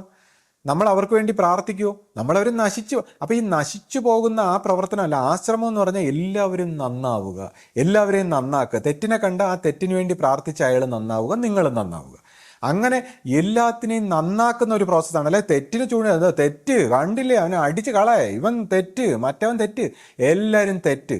എന്നിട്ട് ഈ എല്ലാവരും തെറ്റെന്ന് പറയുമ്പോൾ നമുക്കൊരു സുഖമുണ്ട്. അത് നമുക്ക് ഈ മൂക്കിപ്പൊടി ഇട്ടിട്ട് സൂഹിക്കുന്ന പോലെ അൺകോൺഷ്യസ് ആയിട്ട് എല്ലാവരും തെറ്റ്, എന്നെ ഉപദ്രവിക്കുന്നു എന്ന് പറയുമ്പോൾ ഒരു ലഹരിയാണ്, വേദനയാണ്, ബുദ്ധിമുട്ടാണ്. പക്ഷേ ഒരു അഹന്താ സ്വഭാവത്തിൽ മനുഷ്യൻ സ്വയം ടോർച്ചർ ചെയ്തിട്ടൊരു ലഹരി. എല്ലാവരും എൻ്റെ അടുത്ത് പലരും പറഞ്ഞിട്ടുണ്ട്, ശ്രീത്തെ ഞാൻ എൻ്റെ ജീവിതത്തിൽ അനുഭവിച്ചു, എത്ര പേരെന്നെ ഉപദ്രവിച്ചു, കഷ്ടപ്പെടുത്തി, എന്തെല്ലാം ഞാൻ സഹിച്ചു. അപ്പം ഇതൊരു ലഹരിയാണ് നമുക്ക്. കാര്യം നമ്മുടെ ജീവൻ്റെ അഹന്ത ഇങ്ങനെ പരിവപ്പെടുകയാണ്. അപ്പം ഈ ലഹരിക്ക് വേണ്ടി നമ്മളിങ്ങനെ തെറ്റ് പറഞ്ഞ് നശിക്കാതെ ഈ ലഹരിയൊക്കെ കളഞ്ഞ് നമ്മൾ പ്രാർത്ഥിച്ച് എല്ലാത്തിനെയും ഇപ്പം നമ്മളെ സംബന്ധിച്ച് പൊതുവേ മനുഷ്യരെ സംബന്ധിച്ച് എല്ലാ തെറ്റുകൾ ആക്ച്വലി നമ്മൾ കാണാൻ ആഗ്രഹിക്കുകയാണ്. അൺകോൺഷ്യസ് ആയിട്ട് തെറ്റുകൾ എല്ലായിടത്തും കാണുമ്പോൾ ഇതിനെ കുറ്റം പറഞ്ഞ് നമുക്ക് വിമർശിച്ചൊക്കെ നമുക്കൊരു രസമാണ്. അൺകോൺഷ്യസ്ലി മനുഷ്യൻ ബോധപൂർവം ചെയ്യുന്നതല്ല. അപ്പോൾ ഇതേപോലത്തെ പ്രവർത്തനങ്ങൾ ഗുരു ആശ്രമത്തെ അനുവദിക്കില്ല. അതുകൊണ്ടാണ് ഈ ഭയങ്കര നന്മ മരങ്ങളായിട്ടുള്ള ആൾക്കാർക്ക് ആണ് ഈ പരാതി. കാര്യം അവർക്ക് ഈ തെറ്റിനെ ചൂണ്ടിക്കാണിച്ച് അവർക്ക് അങ്ങ് മുന്നിൽ വരാൻ ഗുരു സമ്മതിക്കുന്നില്ല, അവരങ്ങ് ടോപ്പ് അവസ്ഥയിലൊന്നും എത്താൻ സമ്മതിക്കുന്നില്ല. അപ്പോൾ ഗുരു ഇങ്ങനെയുള്ള പല രീതിയിൽ പ്രവർത്തിക്കുന്ന ഗുരു ഇങ്ങനെ പലരെയും ഈ തെറ്റിൻ്റെ ഈ നന്മ മരങ്ങളെ അവരുടെ രീതിയിൽ വളരാൻ, തെറ്റ് ചെയ്യുന്നവരെ അവരുടെ രീതിയിൽ പ്രവർത്തിച്ച്, ഇനി ശരി ചെയ്യുന്നവരെ എങ്ങനെ എല്ലാത്തിനെയും പ്രവർത്തിപ്പിച്ച് അവരുടെ ഒരു പൂർണ്ണതയിൽ എത്തിക്കുന്ന ഗുരുവിൻ്റെ ഒരു മാർഗം, അത് നമ്മൾ ചോദ്യം ചെയ്യാൻ പാടില്ല എന്നുള്ളതാണ്. അപ്പം നമ്മൾ ഈ തെറ്റും ശരിയും ചൂണ്ടിക്കാണിച്ച് നശിക്കാൻ പാടില്ല. ഈ തെറ്റും ശരിയെല്ലാം മനസ്സിലാണ്. ഇപ്പം ദൈവത്തിനെ സംബന്ധിച്ച് തെറ്റും ശരിക്കും ഒക്കെ ഉപരിയായിട്ടുള്ള ദൈവത്തിനെ സംബന്ധിച്ച് ഈ തെറ്റുകളെയും ശരികളെയും ഒക്കെ വേണ്ട രീതിയിൽ ഉപയോഗിച്ച് മനുഷ്യൻ്റെ കോൺഷ്യസ്നെസ്സിനെ ആ സത്യത്തിലേക്ക് എത്തിക്കാനുള്ളൊരു മാർഗമാണ്. അപ്പോൾ ഈ ഒരു ഗുരുമാർഗത്തിൻ്റെ പ്രസക്തി മനസ്സിലാക്കാനും ഈ ഗുരുവിനെ അനുസരിക്കാനും, വാക്കാണ് സത്യം, സത്യമാണ് ഗുരു, ഗുരുവാണ് ദൈവം എന്നുള്ള രീതിയിൽ ഇതിനെ മനസ്സിലാക്കി നമ്മളെല്ലാവരും ഈ സത്യത്തിലേക്ക് പ്രവർത്തിച്ച് മുന്നേറാനുള്ളൊരു ഭാഗ്യം നമുക്കെല്ലാവർക്കും ഉണ്ടാകണം. ശ്രീ ഇങ്ങനെ പുള്ളി ഒരു വീഡിയോയിൽ പറഞ്ഞില്ലേ, ഉദ്ദിഷ്ടകാര്യം ഉപകാരസ്മരണയാണ് നമുക്ക്. അപ്പോൾ എന്തോ ഒരു പ്രശ്നം, ഇത് എന്താണ് ഇയാൾ ഈ പറയുന്നതെന്ന് നമുക്ക് പിടികിട്ടിയില്ല. അപ്പൊ ശ്രീ ഇപ്പൊ പെട്ടെന്ന് ഒരു ദിവസം പറഞ്ഞല്ലോ, ശരിയാണ് പുള്ളി പറയുന്നത് ശരിയാണ്, ഉദ്ദിഷ്ടകാര്യം ഉപകാരസ്മരണ എന്ന് പറയുന്നത് കറക്റ്റ് ആണെന്ന് പറഞ്ഞില്ലേ, അതൊന്ന് വിശദീകരിക്കാമോ? ശരിയാണ്, പുള്ളി ഇങ്ങനെ ഉദ്ദിഷ്ടകാര്യം ഉപകാരസ്മരണ എന്നൊക്കെ പറഞ്ഞപ്പോൾ ഞാനിങ്ങനെ പറയുകയുണ്ടായി, എനിക്കങ്ങനെ ഉദ്ദിഷ്ട കാര്യങ്ങളൊന്നുമില്ല, ഞാനിങ്ങനെ ഇത് ചെയ്യുന്നേ ഉള്ളൂ, എനിക്ക് അതുകൊണ്ട് ഉപകാരസ്മരണയൊന്നും ഇല്ല എന്ന് പറയുന്നുണ്ടായിരുന്നു. പക്ഷേ അത് അവർ സമ്മതിക്കുന്നില്ല. അവരുടെ കൂട്ടാളികളും വീണ്ടും വീണ്ടും ഉദ്ദിഷ്ടകാര്യം ഉപകാരസ്മരണ എന്ന് പറഞ്ഞ് നമ്മളെന്തോ ചെയ്യുന്നു എന്നൊക്കെ പറഞ്ഞുകൊണ്ട് ഈ കാര്യം നമ്മളിങ്ങനെ വീഡിയോ എടുക്കുന്നുണ്ടല്ലോ. അപ്പോൾ ഞാൻ പിന്നെയും ആലോചിച്ചപ്പോൾ ശരിയാണ്, അവർ പറയുന്ന വളരെ ശരിയാണ്. അപ്പോൾ അത് കാരണമുണ്ട്. എന്താണെന്ന് വെച്ചാൽ, ഇപ്പോൾ ഞാൻ കഴിഞ്ഞ ദിവസം ഇങ്ങനെ ചെല്ലുമ്പോൾ ഒരു പഴയ മാമ എന്നോട് പറഞ്ഞു, ഇപ്പോൾ ഗുരുരത്നസ്വാമിയുടെ കൂടെ പോയി കഴിഞ്ഞാൽ നിങ്ങൾക്ക് എല്ലാം കിട്ടും, ആശ്രമത്തിൽ പൊസിഷനും മറ്റു കാര്യങ്ങളും ഒക്കെ കിട്ടും. അതേസമയം ശിഷ്യഭൂതയുടെ കൂടെ പോയി കഴിഞ്ഞാൽ നിങ്ങൾക്കൊന്നും കിട്ടൂല. എന്ന് പറഞ്ഞു. അപ്പോൾ അതൊരു പരിഹാസമായിട്ടാണ് പുള്ളി പറഞ്ഞത്. അപ്പോൾ ഞാൻ അദ്ദേഹത്തെ തിരുത്തി, മാമ അങ്ങനെ നമ്മൾ പറയാൻ പാടില്ല. ഇപ്പോൾ ശിഷ്യപൂജിതയുടെ കൂടെ പോകുമ്പോൾ ശരി, നിങ്ങൾക്ക് ഭൗതികത്തിൽ ഇവിടെ ഇപ്പോൾ സ്റ്റാറ്റസോ മറ്റു കാര്യങ്ങളൊന്നും നിങ്ങൾക്കൊന്നും കിട്ടാൻ പോണില്ലായിരിക്കാം, പക്ഷേ നിങ്ങൾക്ക് ആധ്യാത്മികമായി നിങ്ങൾക്ക് ഗുരുവിനെ കിട്ടും. അങ്ങനെ നിങ്ങൾക്ക് ആധ്യാത്മികമായി നിങ്ങൾ നിറയുമ്പോൾ നിങ്ങൾക്ക് ഭൗതികമായിട്ട് നിങ്ങൾക്ക് വേണ്ട എല്ലാം നാച്ചുറലി കിട്ടും. അല്ലാതെ ഗുരു ഒന്നും തരയല്ല, നിങ്ങൾക്ക് നാച്ചുറലായി നിങ്ങളുടെ ജീവിതത്തിന് എല്ലാം വേണ്ടതെല്ലാം കിട്ടും. അതാണ് ഗുരുവിൻ്റെ വഴി. പിന്നെ ഇപ്പോൾ സ്വാമിയുടെ കൂടെ പോകുമ്പോൾ പിന്നെ സ്ഥാനമാനങ്ങൾ എന്ന് പറയുമ്പോൾ അദ്ദേഹത്തിന് ഭരണരംഗത്താണല്ലോ അദ്ദേഹത്തിൻ്റെ പ്രവർത്തനം. അപ്പോൾ അദ്ദേഹത്തിൻ്റെ കൂടെ പ്രവർത്തിക്കാൻ ആൾ വേണ്ടേ? ഇപ്പോൾ എല്ലാവരും നമ്മളെ പോലെ ആത്മീയതയും വേദാന്തവും ഒക്കെ പറഞ്ഞുകൊണ്ടിരുന്ന കാര്യങ്ങൾ നടക്കുമോ? അപ്പോൾ കാര്യങ്ങൾ നടക്കാൻ ഇങ്ങനെ വേദാന്തം, ആത്മീയത, സത്യം, ധർമ്മം, നീതി എന്നൊക്കെ പറയുന്നവരെ അല്ലല്ലോ, പ്രവർത്തിക്കുന്നവരെയാണ് വേണ്ടത്. അപ്പോൾ അതിൽ തന്നെ ഇപ്പോൾ ഞാനും ഇവർ പറയുന്ന പോലെ ചേറും ചായ എന്നൊക്കെ ചിലപ്പോൾ ചുമ്മാത്തി പരിഹാസം പോലെ പറയുമെങ്കിലും എന്നെ സംബന്ധിച്ച് ചേറും ചായക്കൊന്നും ഒരു പ്രശ്നമൊന്നുമില്ല. ചേറും ചായയൊക്കെ വേണ്ടിയായാലും ഇപ്പോൾ ആഗ്രഹങ്ങളാണല്ലോ ഇപ്പോൾ ഓരോരുത്തരെയും മുന്നോട്ട് നയിക്കുന്നത്. ഇപ്പോൾ ചിലർ പഠിച്ച് കളക്ടർ ആവുന്നു, അല്ലെങ്കിൽ IAS എടുക്കുന്നു, IPS എന്നൊക്കെ പറയുമ്പോൾ ഒരു ചേറിന് വേണ്ടിയാണല്ലോ ഇത്രയും കഷ്ടപ്പെടുന്നത്. അപ്പോൾ ചേറിനും പ്രവർത്തിക്കാനുള്ള അധികാരത്തിനും ഒക്കെ ആഗ്രഹിക്കുന്ന ഒരു തെറ്റല്ല. പിന്നെ ഇപ്പോൾ ഈ രാഷ്ട്രീയ സ്വഭാവത്തിലും അല്ലെങ്കിൽ ഇതുപോലെയൊക്കെയുള്ള സ്ഥാപനങ്ങളിൽ ചിലരിപ്പോൾ ഇതിൻ്റെ കറക്റ്റായിട്ടുള്ള യോഗ്യത അല്ലാതെ കടന്നുകൂടാനൊക്കെയുള്ള പരിശ്രമങ്ങൾ ചിലർ നടത്തുന്നുണ്ട്. അതുകൊണ്ട് നമ്മളങ്ങനെ പറയാറുണ്ടെങ്കിലും ഇപ്പോൾ ആശ്രമ സ്വഭാവത്തിൽ ചെയറിന് വേണ്ടിയോ ചായയ്ക്ക് വേണ്ടിയോ എന്നുള്ളതിലല്ല, ഈ പ്രവർത്തിക്കാൻ ആൾ വേണം. അത് എത്രത്തോളം ആത്മാർത്ഥയോടെ നല്ല രീതിയിൽ അദ്ദേഹത്തിനോടൊപ്പം പ്രവർത്തിക്കുന്നു, അദ്ദേഹം അവരെയൊക്കെ കൂട്ടുന്നു. അപ്പോൾ അതിനെയൊക്കെ നമ്മളിങ്ങനെ എല്ലാത്തിനെയും നെഗറ്റീവായിട്ട് കണ്ട് വിമർശിക്കരുതെന്നാണ് എനിക്ക് പറയാനുള്ളത്. അപ്പോൾ ഇദ്ദേഹം പറഞ്ഞ എൻ്റെ ഉദ്ദിഷ്ട കാര്യം അദ്ദേഹം പറഞ്ഞത് ശരിയാണ്. എനിക്ക് ഉദ്ദിഷ്ട കാര്യത്തിൻ്റെ ഉപകാര സ്മരണ തന്നെയാണ് ഞാൻ ചെയ്യുന്നത്. അതായത് എനിക്ക് ഗുരുവാണ് എൻ്റെ ആത്മീയ ശാന്തിയിലേക്കുള്ള വഴി, അല്ലെങ്കിൽ എൻ്റെ സത്യത്തിലേക്കുള്ള വഴി, ഇതിലേക്കെല്ലാം എന്നെ നയിക്കുന്നതും എൻ്റെ ഗുരുവായിട്ട് എന്നെ ഈ ഒരു തെളിച്ചത്തിലേക്ക് നയിക്കുമ്പോൾ തീർച്ചയായിട്ടും എൻ്റെ ഉദ്ദിഷ്ട കാര്യം നടത്തിത്തരുന്ന എൻ്റെ ഗുരുവല്ലേ. അപ്പോൾ എൻ്റെ ജീവിതവും എൻ്റെ ശ്വാസവും എൻ്റെ ഓരോ ചലനങ്ങളും എല്ലാത്തിനെയും നിയന്ത്രിക്കുന്ന ഗുരുവായിട്ടിരിക്കുന്ന ആ ദൈവമല്ലേ. അപ്പോൾ ആ ദൈവത്തിനോടുള്ള ഒരു ഉപകാര സ്മരണ എനിക്ക് വേണ്ടേ? അപ്പോൾ അതാണ് എൻ്റെ ഉദ്ദിഷ്ട കാര്യം നടത്തിത്തരുന്ന ആ ദൈവത്തിനോട്, എൻ്റെ ഗുരുവിനോടുള്ള ഒരു ഉപകാര സ്മരണയാണ് ചെയ്യുന്നത്. അപ്പോൾ അദ്ദേഹം പറഞ്ഞ ആ വാചകത്തിന് ഞാൻ ഇല്ല എന്ന് പറഞ്ഞു. പക്ഷേ സോറി, ക്ഷമിക്കണം, അദ്ദേഹം പറഞ്ഞ ശരിയാണ്. അദ്ദേഹത്തിൻ്റെ കൂട്ടാളികളും മനസ്സിലാക്കുക, ഞാൻ എൻ്റെ ഉദ്ദിഷ്ട കാര്യത്തിനുള്ള ഉപകാര സ്മരണ തന്നെയാണ് ഇത് ചെയ്യുന്നത്. പിന്നെ മറ്റൊരു കാര്യം അയാൾ പറഞ്ഞത്, പഴയ ആൾക്കാരെല്ലാം പൈശാചികമാണോ, അവരെയൊക്കെ അങ്ങ് മാറ്റി നിർത്തി, അല്ലെങ്കിൽ അവരെ ഗുരുവാണി എന്നൊക്കെ പറഞ്ഞ് സംസാരിച്ചു. അപ്പോൾ ഞാൻ കഴിഞ്ഞ ദിവസം ഒരു കാര്യം പറഞ്ഞു, ചിലരെന്നോട് അതിനെക്കുറിച്ചൊന്ന് തർക്കിച്ചു. അതായത് ഇപ്പം ഞാൻ ഗുരുവാണി വായിക്കേണ്ടെന്നോ അല്ലെങ്കിൽ മറ്റു കാര്യങ്ങളോ ഒന്നും അങ്ങനെയൊന്നും അല്ല പറഞ്ഞത്. ഞാൻ പറഞ്ഞത് നമ്മൾ മനസ്സിലാക്കിയതിന് ലിമിറ്റേഷനുണ്ട്. നമ്മൾ മനസ്സിലാക്കിയത് തന്നെയാണ് ശരി, അത് നടപ്പാക്കണമെന്ന് നമ്മൾ പറയരുത്. നമ്മൾ മനസ്സിലാക്കിക്കോളൂ. നമ്മളിങ്ങനെ ഓരോ പ്രാവശ്യവും ഗുരുവാണി വീണ്ടും വീണ്ടും വായിക്കുമ്പോൾ നമുക്ക് പതുക്കെ നമുക്ക് ഓരോ സ്റ്റേജിലും, ഇപ്പോൾ 10 വർഷം മുമ്പ് വായിച്ച പോലെ ആയിരിക്കില്ല ഇപ്പോൾ നമ്മൾ വായിക്കുമ്പോൾ മനസ്സിലാവുന്നു. അങ്ങനെ നമ്മൾ വായിച്ചുകൊണ്ടേ ഇരിക്കുക, അത് നല്ലത് തന്നെയാണ്. അല്ലാതെ നമ്മൾ ഒരു സമയത്ത് മനസ്സിലാക്കിയ, നമ്മുടെ മനസ്സുകൊണ്ട് മനസ്സിലാക്കി ഇതാണ് കാര്യം, ഇതാണ് നടപ്പാക്കേണ്ടതെന്ന് നമ്മൾ പറയരുത്. അതാണ് ഞാൻ ഉദ്ദേശിച്ചത്. പിന്നെ ഈ പൈശാചികം എന്ന് വെച്ചാൽ ഞാൻ പറഞ്ഞു, ഗുരുക്കന്മാർ വരുമ്പോൾ പൈശാചികങ്ങൾ വരാറുണ്ട്. ഗുരുക്കന്മാരുടെ കൂടെ തന്നെ പല രൂപത്തിലും പല ഭാവത്തിലും വരാറുണ്ട്. ആരൊക്കെയാണോ മനസ്സിനെ അടിമയായി മനസ്സിൻ്റെ രീതിയിൽ പ്രവർത്തിക്കുന്ന അവർ ആത്യന്തികമായി പൈശാചിക തലത്തിലേക്ക് കടക്കുന്നു എന്ന് പറയേണ്ടി വരും. ആധ്യാത്മിക മാർഗത്തിൽ മുന്നേറുമ്പോൾ സ്വന്തം മനസ്സിനെയും വിശ്വസിച്ച് സ്വന്തം അഹന്തയും വിശ്വസിച്ച് പോയാൽ അത് പൈശാചിക സ്വഭാവത്തിലേക്ക് പോകും. ഇപ്പം എന്നെ സംബന്ധിച്ച്, ഇപ്പം എൻ്റെ കാര്യം, എൻ്റെ പേഴ്സണൽ കാര്യം നോക്കിക്കഴിഞ്ഞാൽ, ഇപ്പം ഞാൻ ചെറുപ്പത്തിൽ എനിക്ക് വേദാന്തമൊക്കെ വളരെ ഇഷ്ടമായിരുന്നു.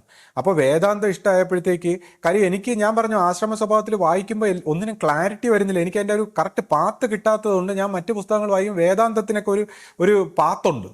അപ്പം ഞാനത് ഇഷ്ടപ്പെട്ടപ്പോൾ എനിക്ക് എൻ്റെ മനസ്സിലൊരു വിഷമം വന്നു. ഗുരു എപ്പോഴും വേദാന്തം, കാര്യം അന്നത്തെ കാലത്ത് ഗുരുവിൻ്റെ സമകാലികനായിട്ടുള്ള ഒരു ആചാര്യൻ ഈ വേദാന്തത്തെ മിസ്യൂസ് ചെയ്ത് ഇങ്ങനെ പറയുന്നതുകൊണ്ടാണ് ഗുരു വേദാന്തം പറഞ്ഞുകൊണ്ടിരുന്നാലൊന്നും നടക്കൂല, ഇങ്ങനെ ആയിരിക്കണം ഗുരുമാർഗത്തിൻ്റെ കറക്റ്റ് പാത എന്നൊക്കെ പറഞ്ഞ് ഗുരു സംസാരിച്ചത്. അല്ല പറഞ്ഞുകൊണ്ടിരുന്നാലൊന്നും നടക്കൂല, മുക്തിവാദവും യുക്തിവാദവും ഒന്നും പറഞ്ഞിട്ട് കാര്യമില്ല എന്നാണ് ഗുരു പറഞ്ഞത്. അപ്പോൾ എപ്പോഴും ഇങ്ങനെ പറയും. അപ്പം എനിക്ക് വിഷമമായി.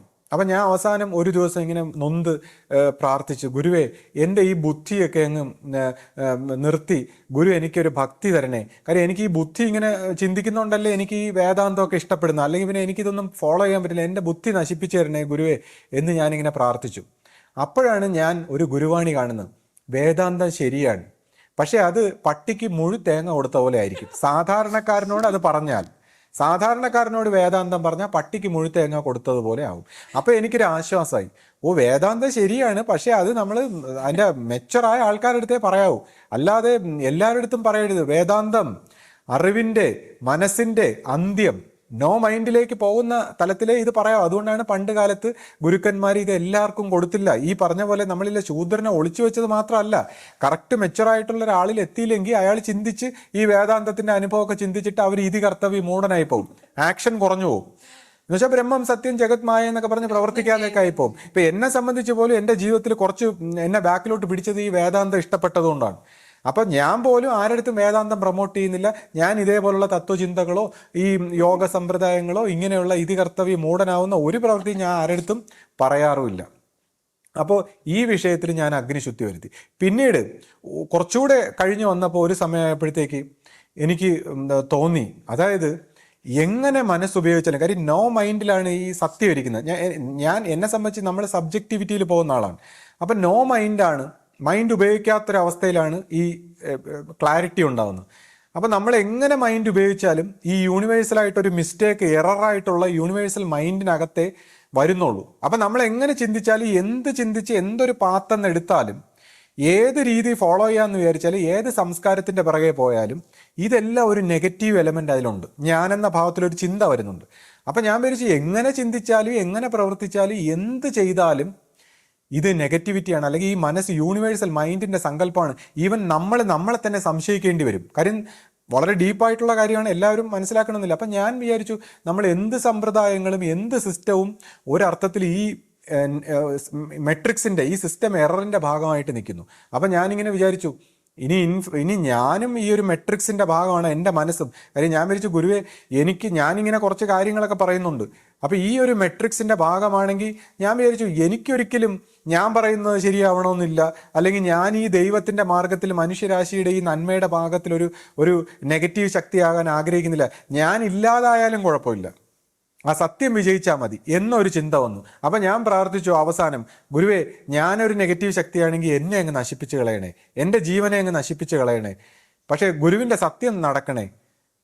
എൻ്റെ ജീവൻ നശിപ്പിച്ച് കളഞ്ഞാലും കുഴപ്പമില്ല, എനിക്ക് ഗുരുവിൻ്റെ സത്യമായ പ്രവർത്തനം മനുഷ്യരാശിക്ക് വേണ്ടി ഗുരു ചെയ്ത ആ നന്മ നടക്കണമേ എന്ന് പ്രാർത്ഥിച്ചു. അപ്പോൾ എനിക്ക് പെട്ടെന്ന് മറ്റൊരു അവയർനെസ് ഇങ്ങനെ വന്നു. അതായത് അടുത്തൊരു സ്റ്റേറ്റിലൊരു അവയർനെസ് വന്നപ്പോൾ ഇത് ചോയ്സ്ലെസ് ആണ്. അതായത് ഇത് മൈൻഡിൽ നിന്ന് ഫ്രീ ആയിട്ട്, മൈൻഡിനെ ഞാനെന്ന ഭാവത്തിൽ ടച്ച് ചെയ്യാത്ത ഒരു ഭാവം എനിക്ക് ആദ്യമായിട്ടൊരു ഫീലിംഗ് കിട്ടി.